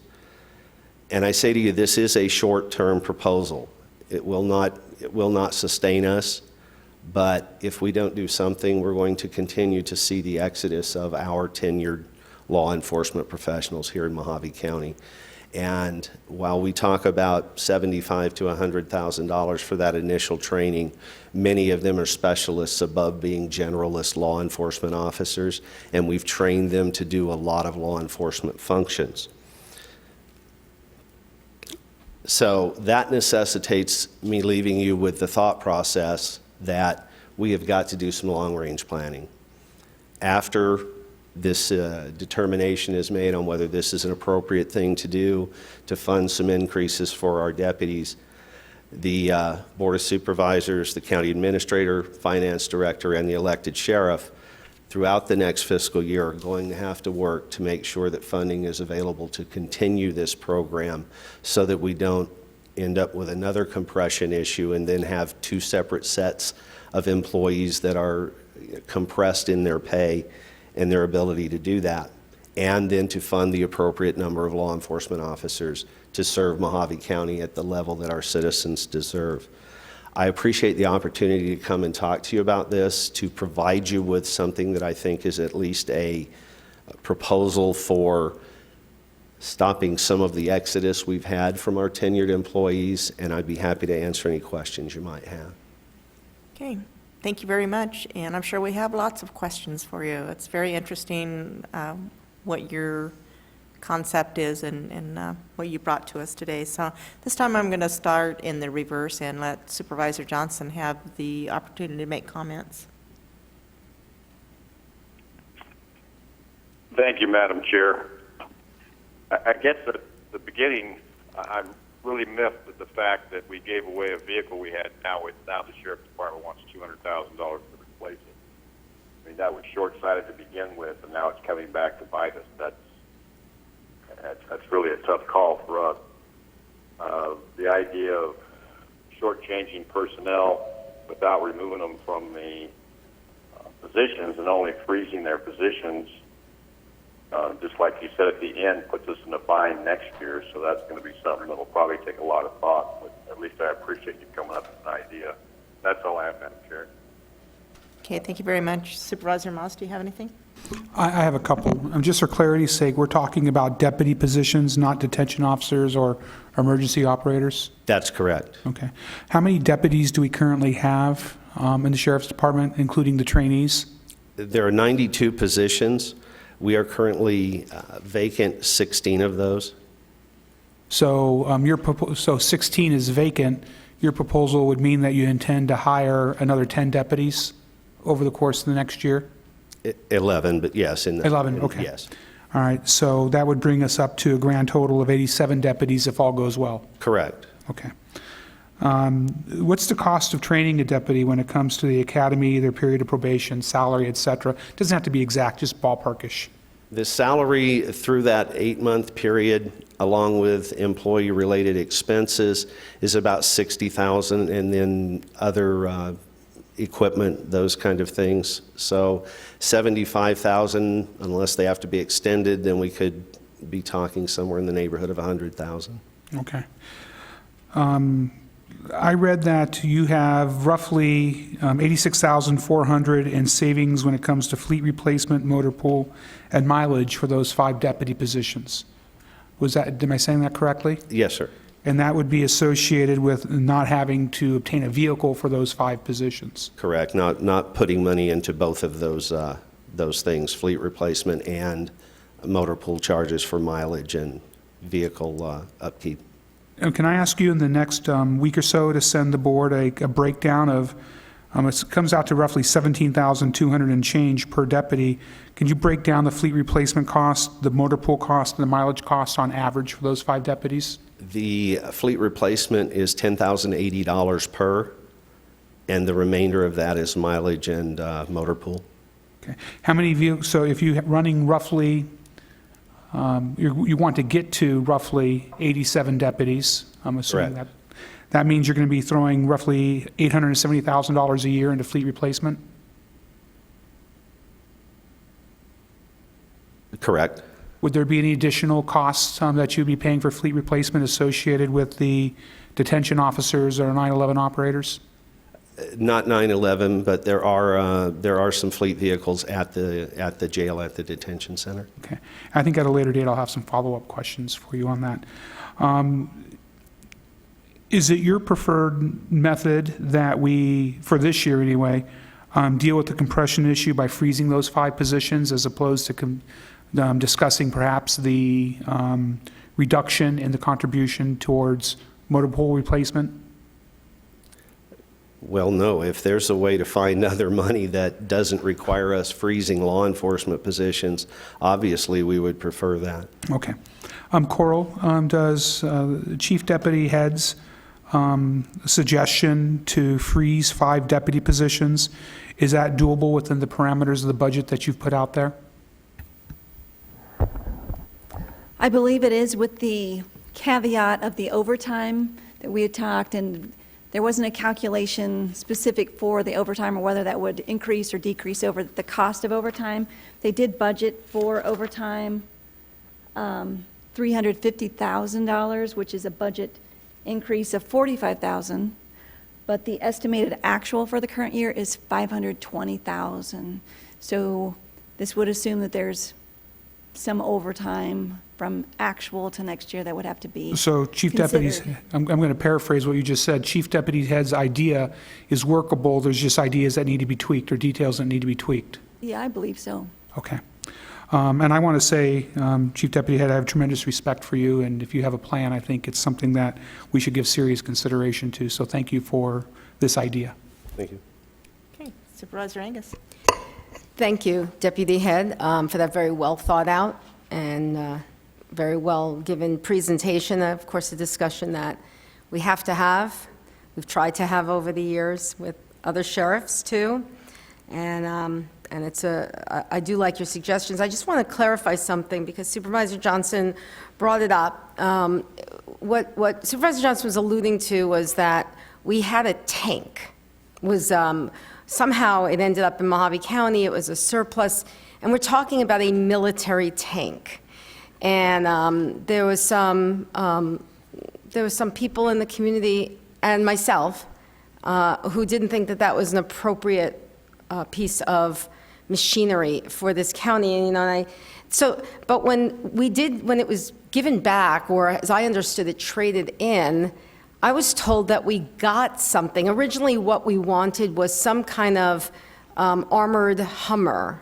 And is that the kind of thing that you're looking for now? It's a little bit, what is proposed in the budget, and I hate to bring you back to that terrible day, but if you watched any of the coverage from the San Bernardino incident, the black vehicle that most of the news people referred to as a Bearcat is what's proposed in the budget. I think if you had a moment to watch a couple of scenes from that, you would have seen that Bearcat, and the smaller piece of equipment that I mentioned is available or has been available through that same 1033 program.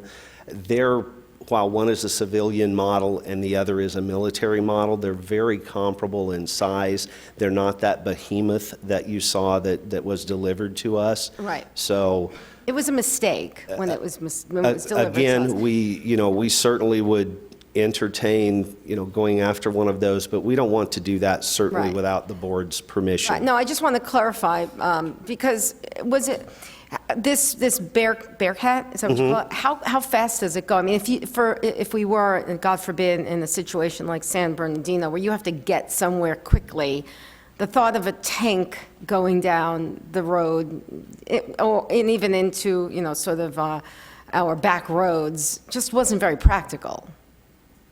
Oh, I wouldn't Right. disagree with you on that at all. These but- vehicles are manufactured to travel highway speed. Right, but I was under the impression that we did get some, maybe we just got some money back. I know, I thought we got some other vehicle replacement for that, not but I that think I'm- maybe we just got some money. It was Not that I'm bought, it aware. was Well, bought. There may have been some reimbursement of the funds that were exchanged to make that happen. Right, okay. That's all I have, thank you.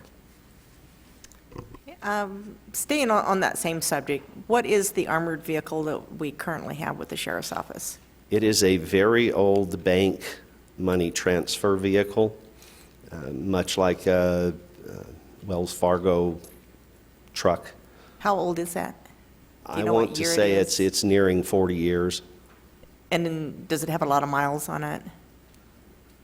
Fortunately, we haven't had to use it enough to put a lot of miles on it, but it's very well worn.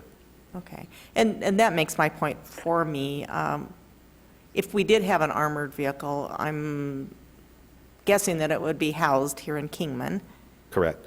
and it would be rarely used, but granted, if it is needed, it could be valuable and it could save lives. But Absolutely. how long would it take to get an armored vehicle once the call is received for that type of backup, to get an officer that knows how to operate that vehicle to the sheriff's office annex and then respond to, say, the Mojave County La Paz border or the Arizona Strip? How long would it take? All of it really depends on who's on duty, who's available to do that. I would say at the outside, 45 minutes to an hour to get someone here, and then drive time to whatever location it is you're thinking of. Okay. And the situation could escalate or could be resolved before the... vehicle gets- Absolutely. If you've been following the news coverage from Orlando, you know that situation, once the individual barricaded himself before they actually used a piece of equipment like this to open a place in a wall, was about 3.5 hours. So it's very useful. Which of our cities within Mojave County have one of these type vehicles? Nobody has the commercial vehicle. The Kingman Police Department has the larger piece of military equipment. So Bullhead and Lake Havasu and Colorado City, none of them have? Not that I'm aware of. Interesting. Okay, my thought on that is I want our guys to be protected and our lady officers. It's a nice thing to have, and I hope we can get it for you, but it's probably one of the first things that I would look at cutting if we're trying to get pay raises to keep our people here. If we don't have anybody to drive the vehicle, what's the sense of having it parked up here in Kingman with nobody to operate it? But that being said, I wanted to ask a few questions about other ideas that have been tried in the past, specifically with Sheriff Cook back in the late 80s or early 90s with an override. Have you given any consideration or thought into doing something like that to get revenues to help your department give everybody a pay raise and get the compensation level up where it should be?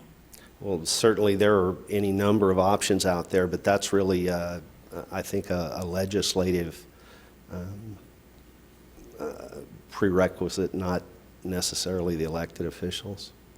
Okay, that's interesting, because I remember Joe Cook, he and his deputies, when they were off duty, would go door to door promoting this, and they got it passed. I don't think they had to go through the state legislator to get that pushed forward on the ballot, but Well, I'm not no, sure. That's been a number of years ago. No, I understand what you're saying. Sure, certainly a group of individuals could go together and put an initiative forward. That's true.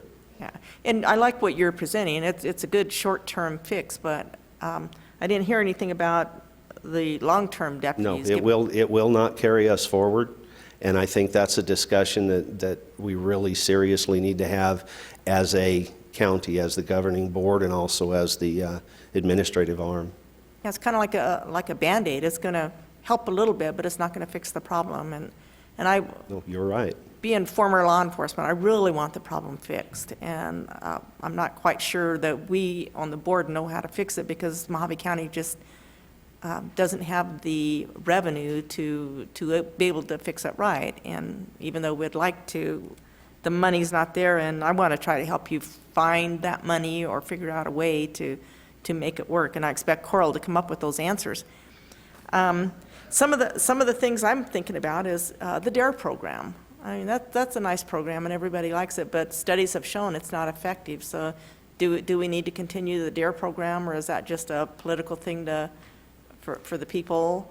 Unfortunately, the DARE program went the way of the dinosaur about 4 months ago when we lost a school resource officer. All right, and then the SCAT volunteers, I know it's more eyes, and it visually looks like the sheriff's office is out there doing things, but is the SCAT program costing enough money to help pay for a deputy, and are they effective? Is that something that? I don't think for what it costs to have those volunteers, out in the community and seen would offset enough to really place any money in the budget that's discernible. Okay, that's just a thing. When I was constable, I was so jealous because they got gas money and I didn't, so it's a jealousy thing. The boat program, I know most of that is grant-related, but is it all paid for by the grants? It's slowly starting to not be, and we'll be talking with you about that next year also. Okay, is it the sheriff's responsibility to patrol the lakes, or is that the Coast Guard? Well, it is our jurisdiction, and so, yes, we do have some responsibility there. But is it if we weren't there, would the Coast Guard be there? No. Is there any statute that says we have to Having run that program in Bullhead City, I can tell you that while the Coast Guard Auxiliary are great people and they come out and they're willing to help us with, with projects and with some of those kind of things, we would not have a law enforcement presence from the Coast Guard on any of our waterways. Okay. I'm not against the boat program. No, I either. understand. It's a reasonable question. It's just that yes, the Coast Guard really doesn't provide a law enforcement service once you get outside the coasts of the United States. And then I'd bring up take-home cars, but every deputy friend I have would be calling me tonight, so I won't even go there.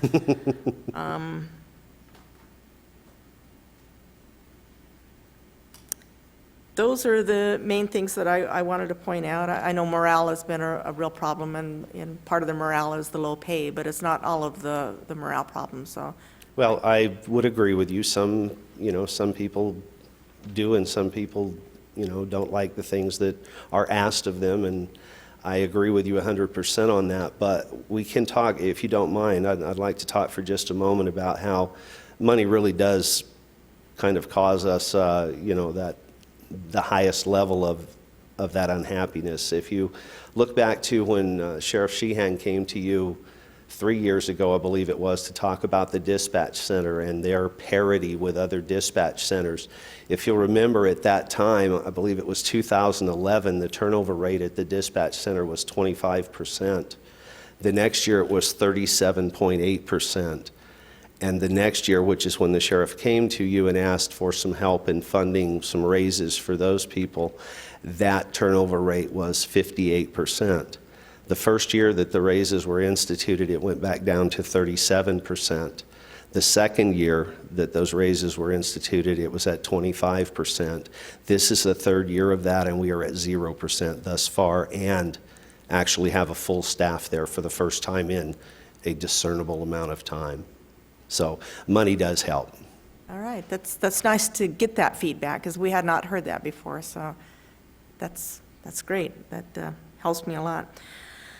All right, if there's anything I can do within reason that the board would agree to help the sheriff's office, I'm here. You'll have my support. Well, thank you, and I do appreciate you providing me the opportunity to come and talk with you and your support for law enforcement here in Mojave County. So If nothing else, I'll go. Let's see if if Mr. Hendricks has any questions or comments. You've got a supervisor first. Oh, I didn't see your little finger Oh. there. I was trying to be quiet and take my turn like a good student. Is the DARE program currently within this year's budget? I saw it referenced when I was going through it, but I didn't see a line I item don't for it. believe it was taken out, but it should have been. I think that happened after these So what's the documents were amount of money forwarded. allocated to the DARE program, which may still be within the budget? No, it had to do with, that had to do really with an assignment, and that assignment just went away. So is it budgeted for or not budgeted for? I'm less than clear. No, there is no budget for the DARE program. Okay, thank you. And on the issue of deputy cars, I really do think they're good in neighborhoods. I think they're good crime preventions. So I'd encourage you to let your deputies take the cars home. Thank you. Hey, Mr. Hendricks. You now have the floor.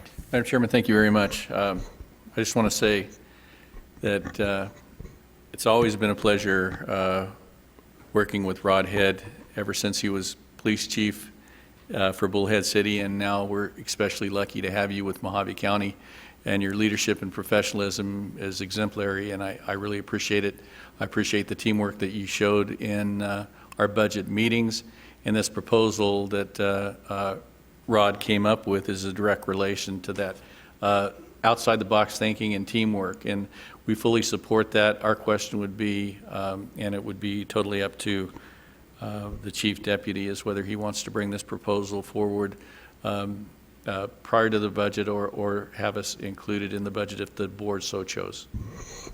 Whichever the board would like for me to do.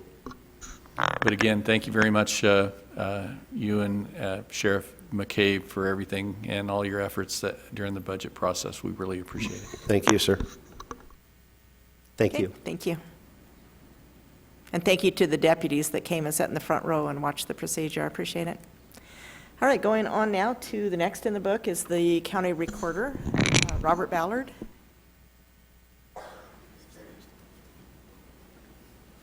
I know that's a hard act to follow, but it's the book.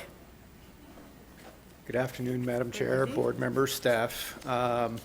We're just here to answer any questions. We have nothing else to add. We feel our budget's pretty much cut and dry, but we have staff here to answer any questions if you do have them.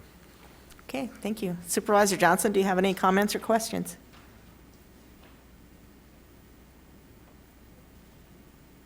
None, Madam Chair. Okay, thank you. Supervisor Angus? Okay, and Supervisor Moss has left the building.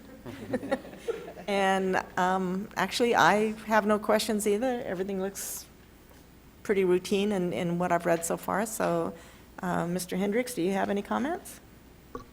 Well, just a personal thanks for rebounding and coming back strong. I think that's exemplary, and thanks for all your cooperation, all of you, during the budget process. Thank you very much. Thank you, sir. Oh, Supervisor Angus would like to make a comment. This came up last night, an event I was at, and it's about document retention. And we had this discussion a couple of years ago with the county manager. And has anything changed? Like right now, I believe, and we're talking about shredding and being in compliance with the law for our documents, you know, the thing that maybe have gotten Hillary Clinton in trouble a little. We don't want to go there. But do we do things correctly here? Yes, staff works very diligent. If they have any questions, they ask me. We don't have a set vendor.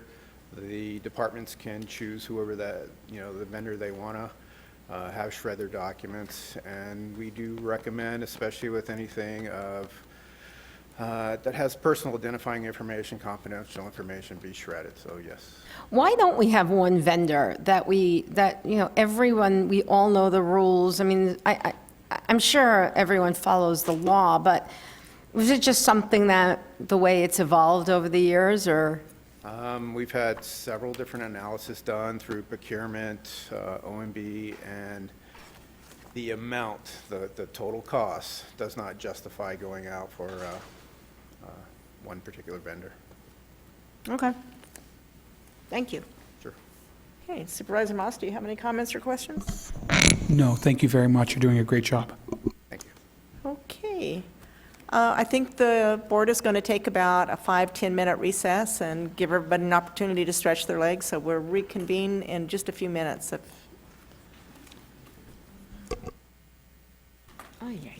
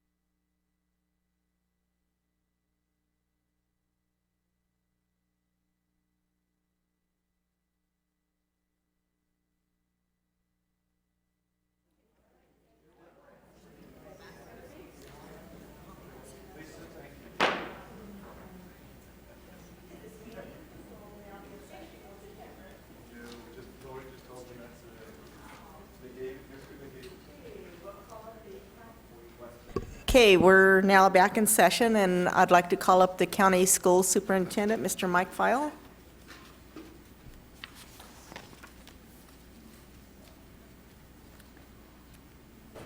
Okay, apparently Mr. File is not here. Do we have any of the constables here that'd like to come up and speak?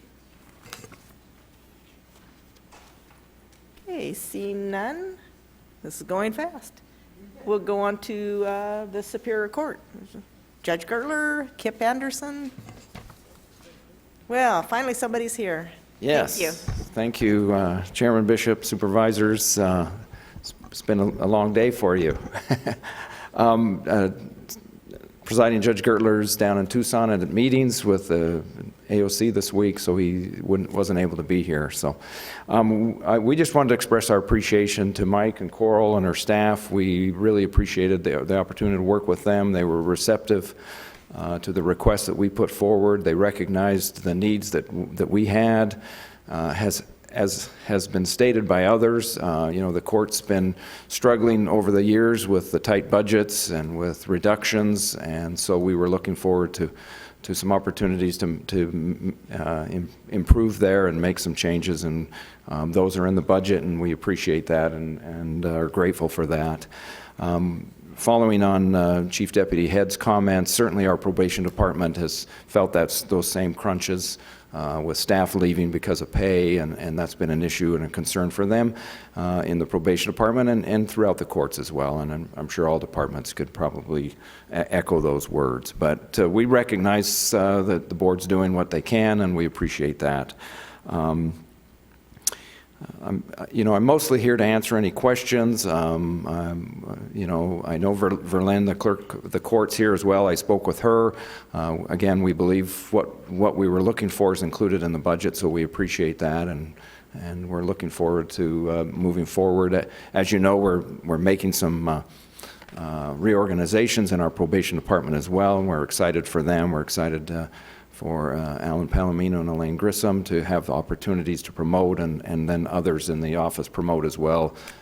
So we're excited about that and look forward to their skill and expertise and continuing on and supporting our probation department. So good things happening there, and we're appreciative of those.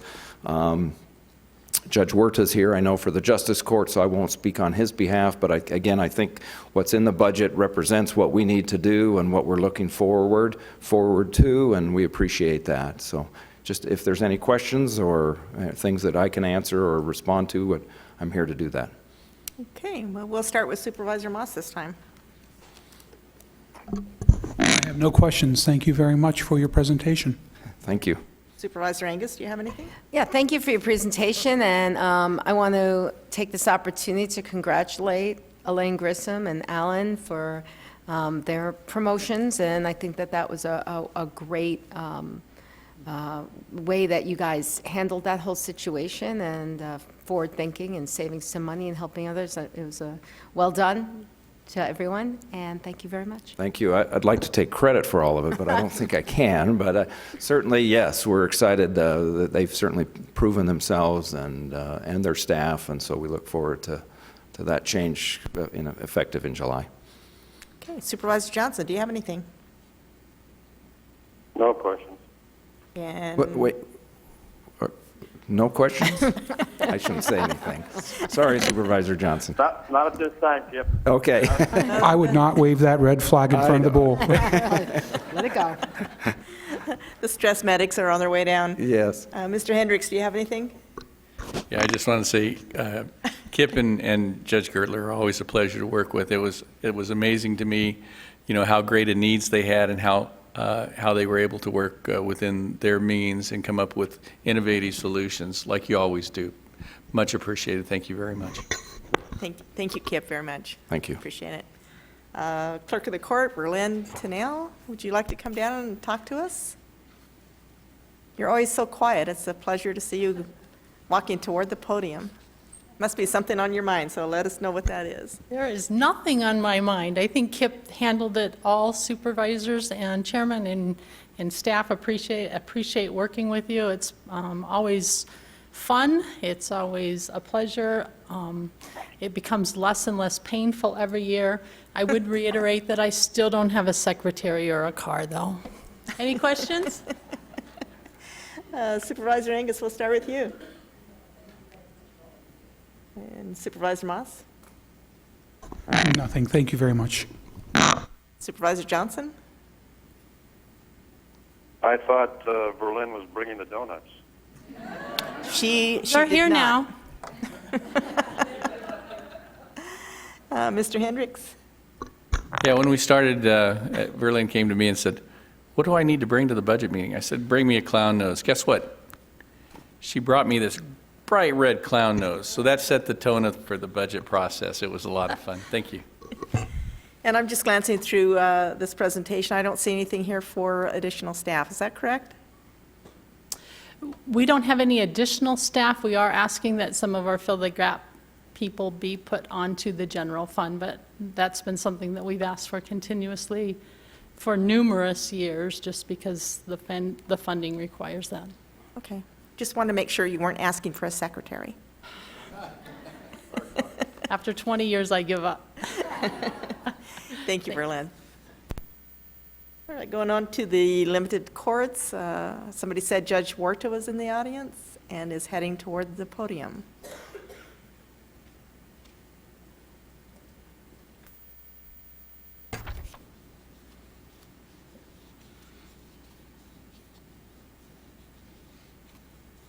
Thank you, Madam Chairperson, Bishop, and Supervisors Angus, Moss, and Johnson. I brought Lori up here in case she has an answer to a question you may have that I can't answer, which will probably be more than I'd like to admit to, but mostly we're just here to answer questions.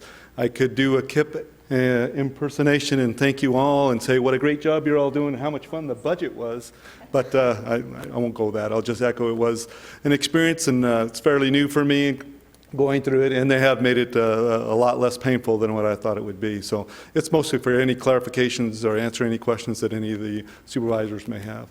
Okay, since you reminded me that you're new, we'll make sure that this is quite traumatic on you, and we'll start with Supervisor Johnson. Yeah.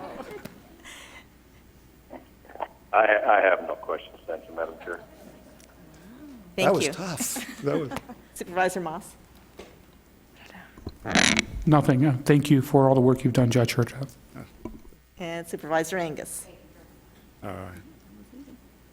That was just too easy. That was too easy. I want to But I'm thank not all finished. of you. I have questions for you. That was a little too easy, wasn't it? Yeah, Go ahead and with your question. I will get with you later on those questions. Thank you very Okay. much, Your Honor. Well, thank you very much for the opportunity to speak, and thanks for your effort. I know this is not easy for all elected officials to go through here and have to decide what money goes where and how well it gets spent, and it's not an easy job whatsoever, because there are so many demands from so many different people. So we truly appreciate your effort you put in for our courts. Thank you, Dave. All right, that concludes our elected officials. So we can go on now to our department heads. Do we have any department heads that would like to address the board or speak on the budget items?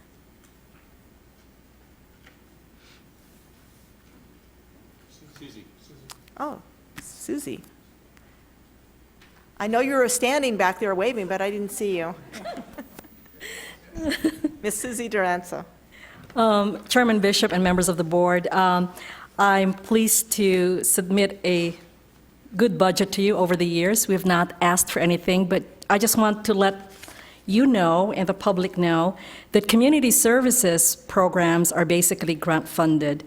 For this year, we have a total of almost $9 million that we're bringing in, and out of that, we're also asking for the general fund portion of our department is only close to $400,000 something. So out of our total budget, 95% are grants that we bring in from state and federal funding, and we're only asking 5% to operate, and that's from the general fund.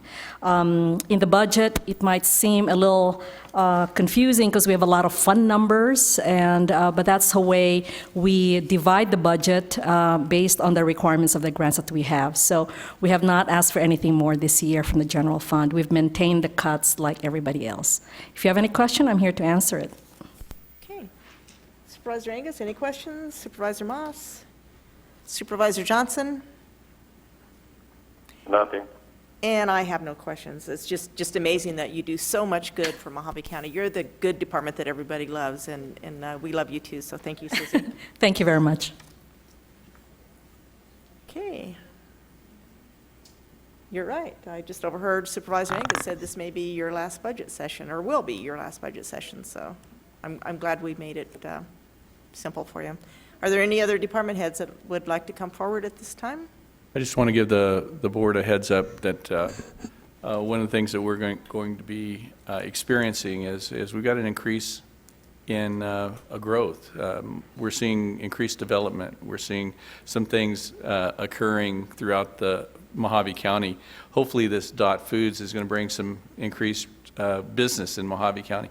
But please remember, county services lag behind the development. You know, we lag a year to 2 years behind that. So to be proactive, I know that there's going to be some departments like Development Services that are going to be looking strongly at raising fees because they're going to have to staff up. They're going to have to look at increased personnel so that we can better or keep the level of service or try to improve service to our development community.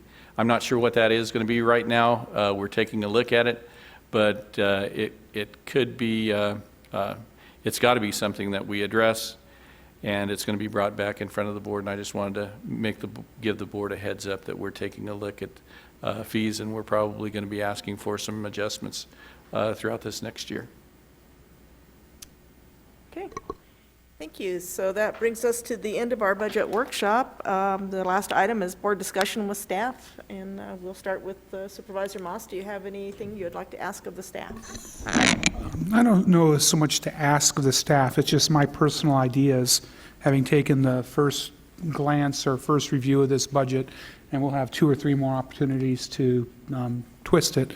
But these are some of the things that I'm thinking about that might be worth exploring and incorporating into the budget. For example, on the Employee Benefits Trust, I think we should reach out to them and see if we can reduce that to the auditor's limit of 6.9 and use those savings to more strenuously fund an economic development program.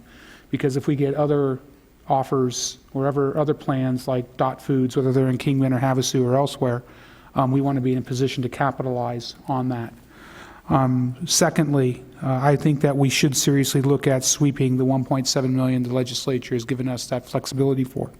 We can have a good discussion as to where that comes from, but I believe we should be looking at that, and I think we should be adding that to the contingency. I don't like having $1 million contingency. We spent $1 million in contingency this year, and I think strengthening that somewhat may be prudent and certainly wouldn't hurt. When it comes to the Sheriff's Department, I think we should adopt Rodney's Head's proposal when it comes to dealing with the compression issue, at least in the short-term basis.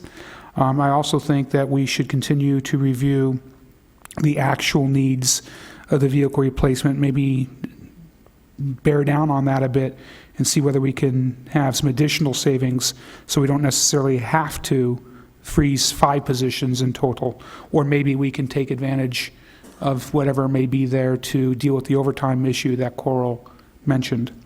I would like to see the assessor's half-time position requests in Lake Havasu City and Bullhead City filled.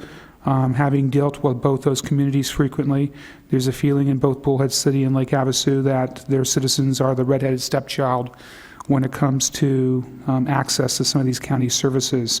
And maybe we can consider doing that in conjunction with the treasurer's office so that we can get multiple duties out of one employee. So we can do, in other words, cross-train them. So maybe we can take care of the treasurer's issues and the assessor's issues and the recorder's issues all in one go.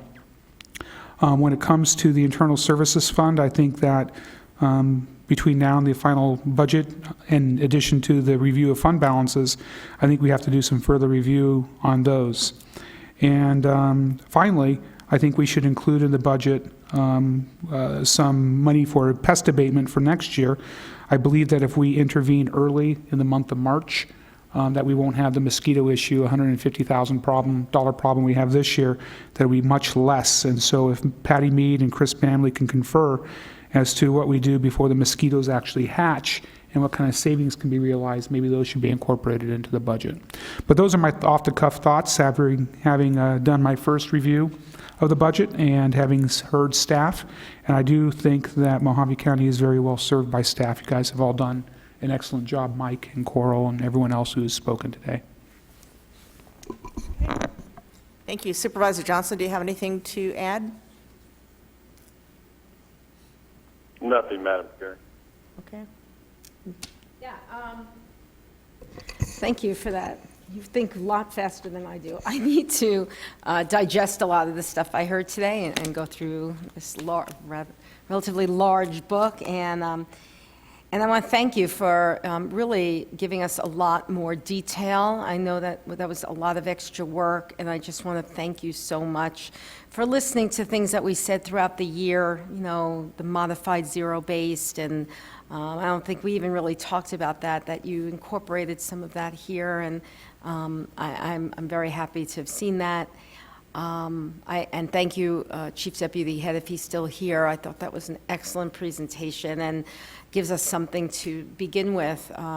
You know, it's hard during an election year. We're going to have new sheriff and a new, so it's kind of difficult to make long-term plans when those kinds of things are happening. So, again, to the entire staff and to Mike Hendricks and Nick and everyone, thank you. You've helped us a lot during this process, and I look forward for the next several weeks coming to you and asking, I'm sure, for clarification, and we'll take it from there. Thanks.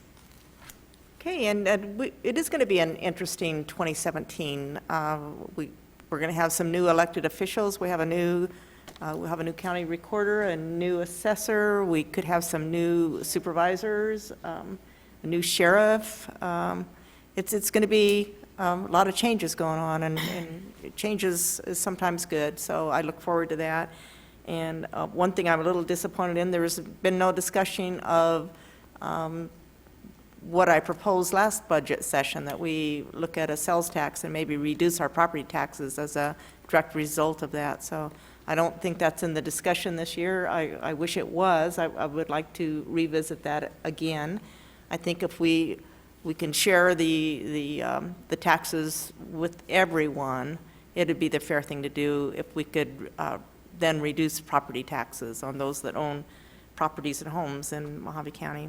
So anyway, I don't know if that's still a possibility, but I'd like to see some discussion on that. So, anyway, good first budget session, and like Supervisor Angus said, we've got several to go yet, and we got a lot to digest here. So thank you all for being here today and participating.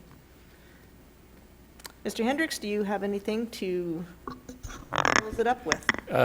Madam Chairman, I just want to remind the board, and I don't have to, I know you all know this, that anything that has been discussed by an individual board member today in the budget meeting, staff can prepare for it, but we cannot act upon. So that if you have any ideas like the quarter-cent sales tax, you know, we can certainly help you package that and come up with ideas with you so that the entire idea can be brought before the board for a business decision and get direction for staff to move forward with. Same way with like utilizing the sweep language.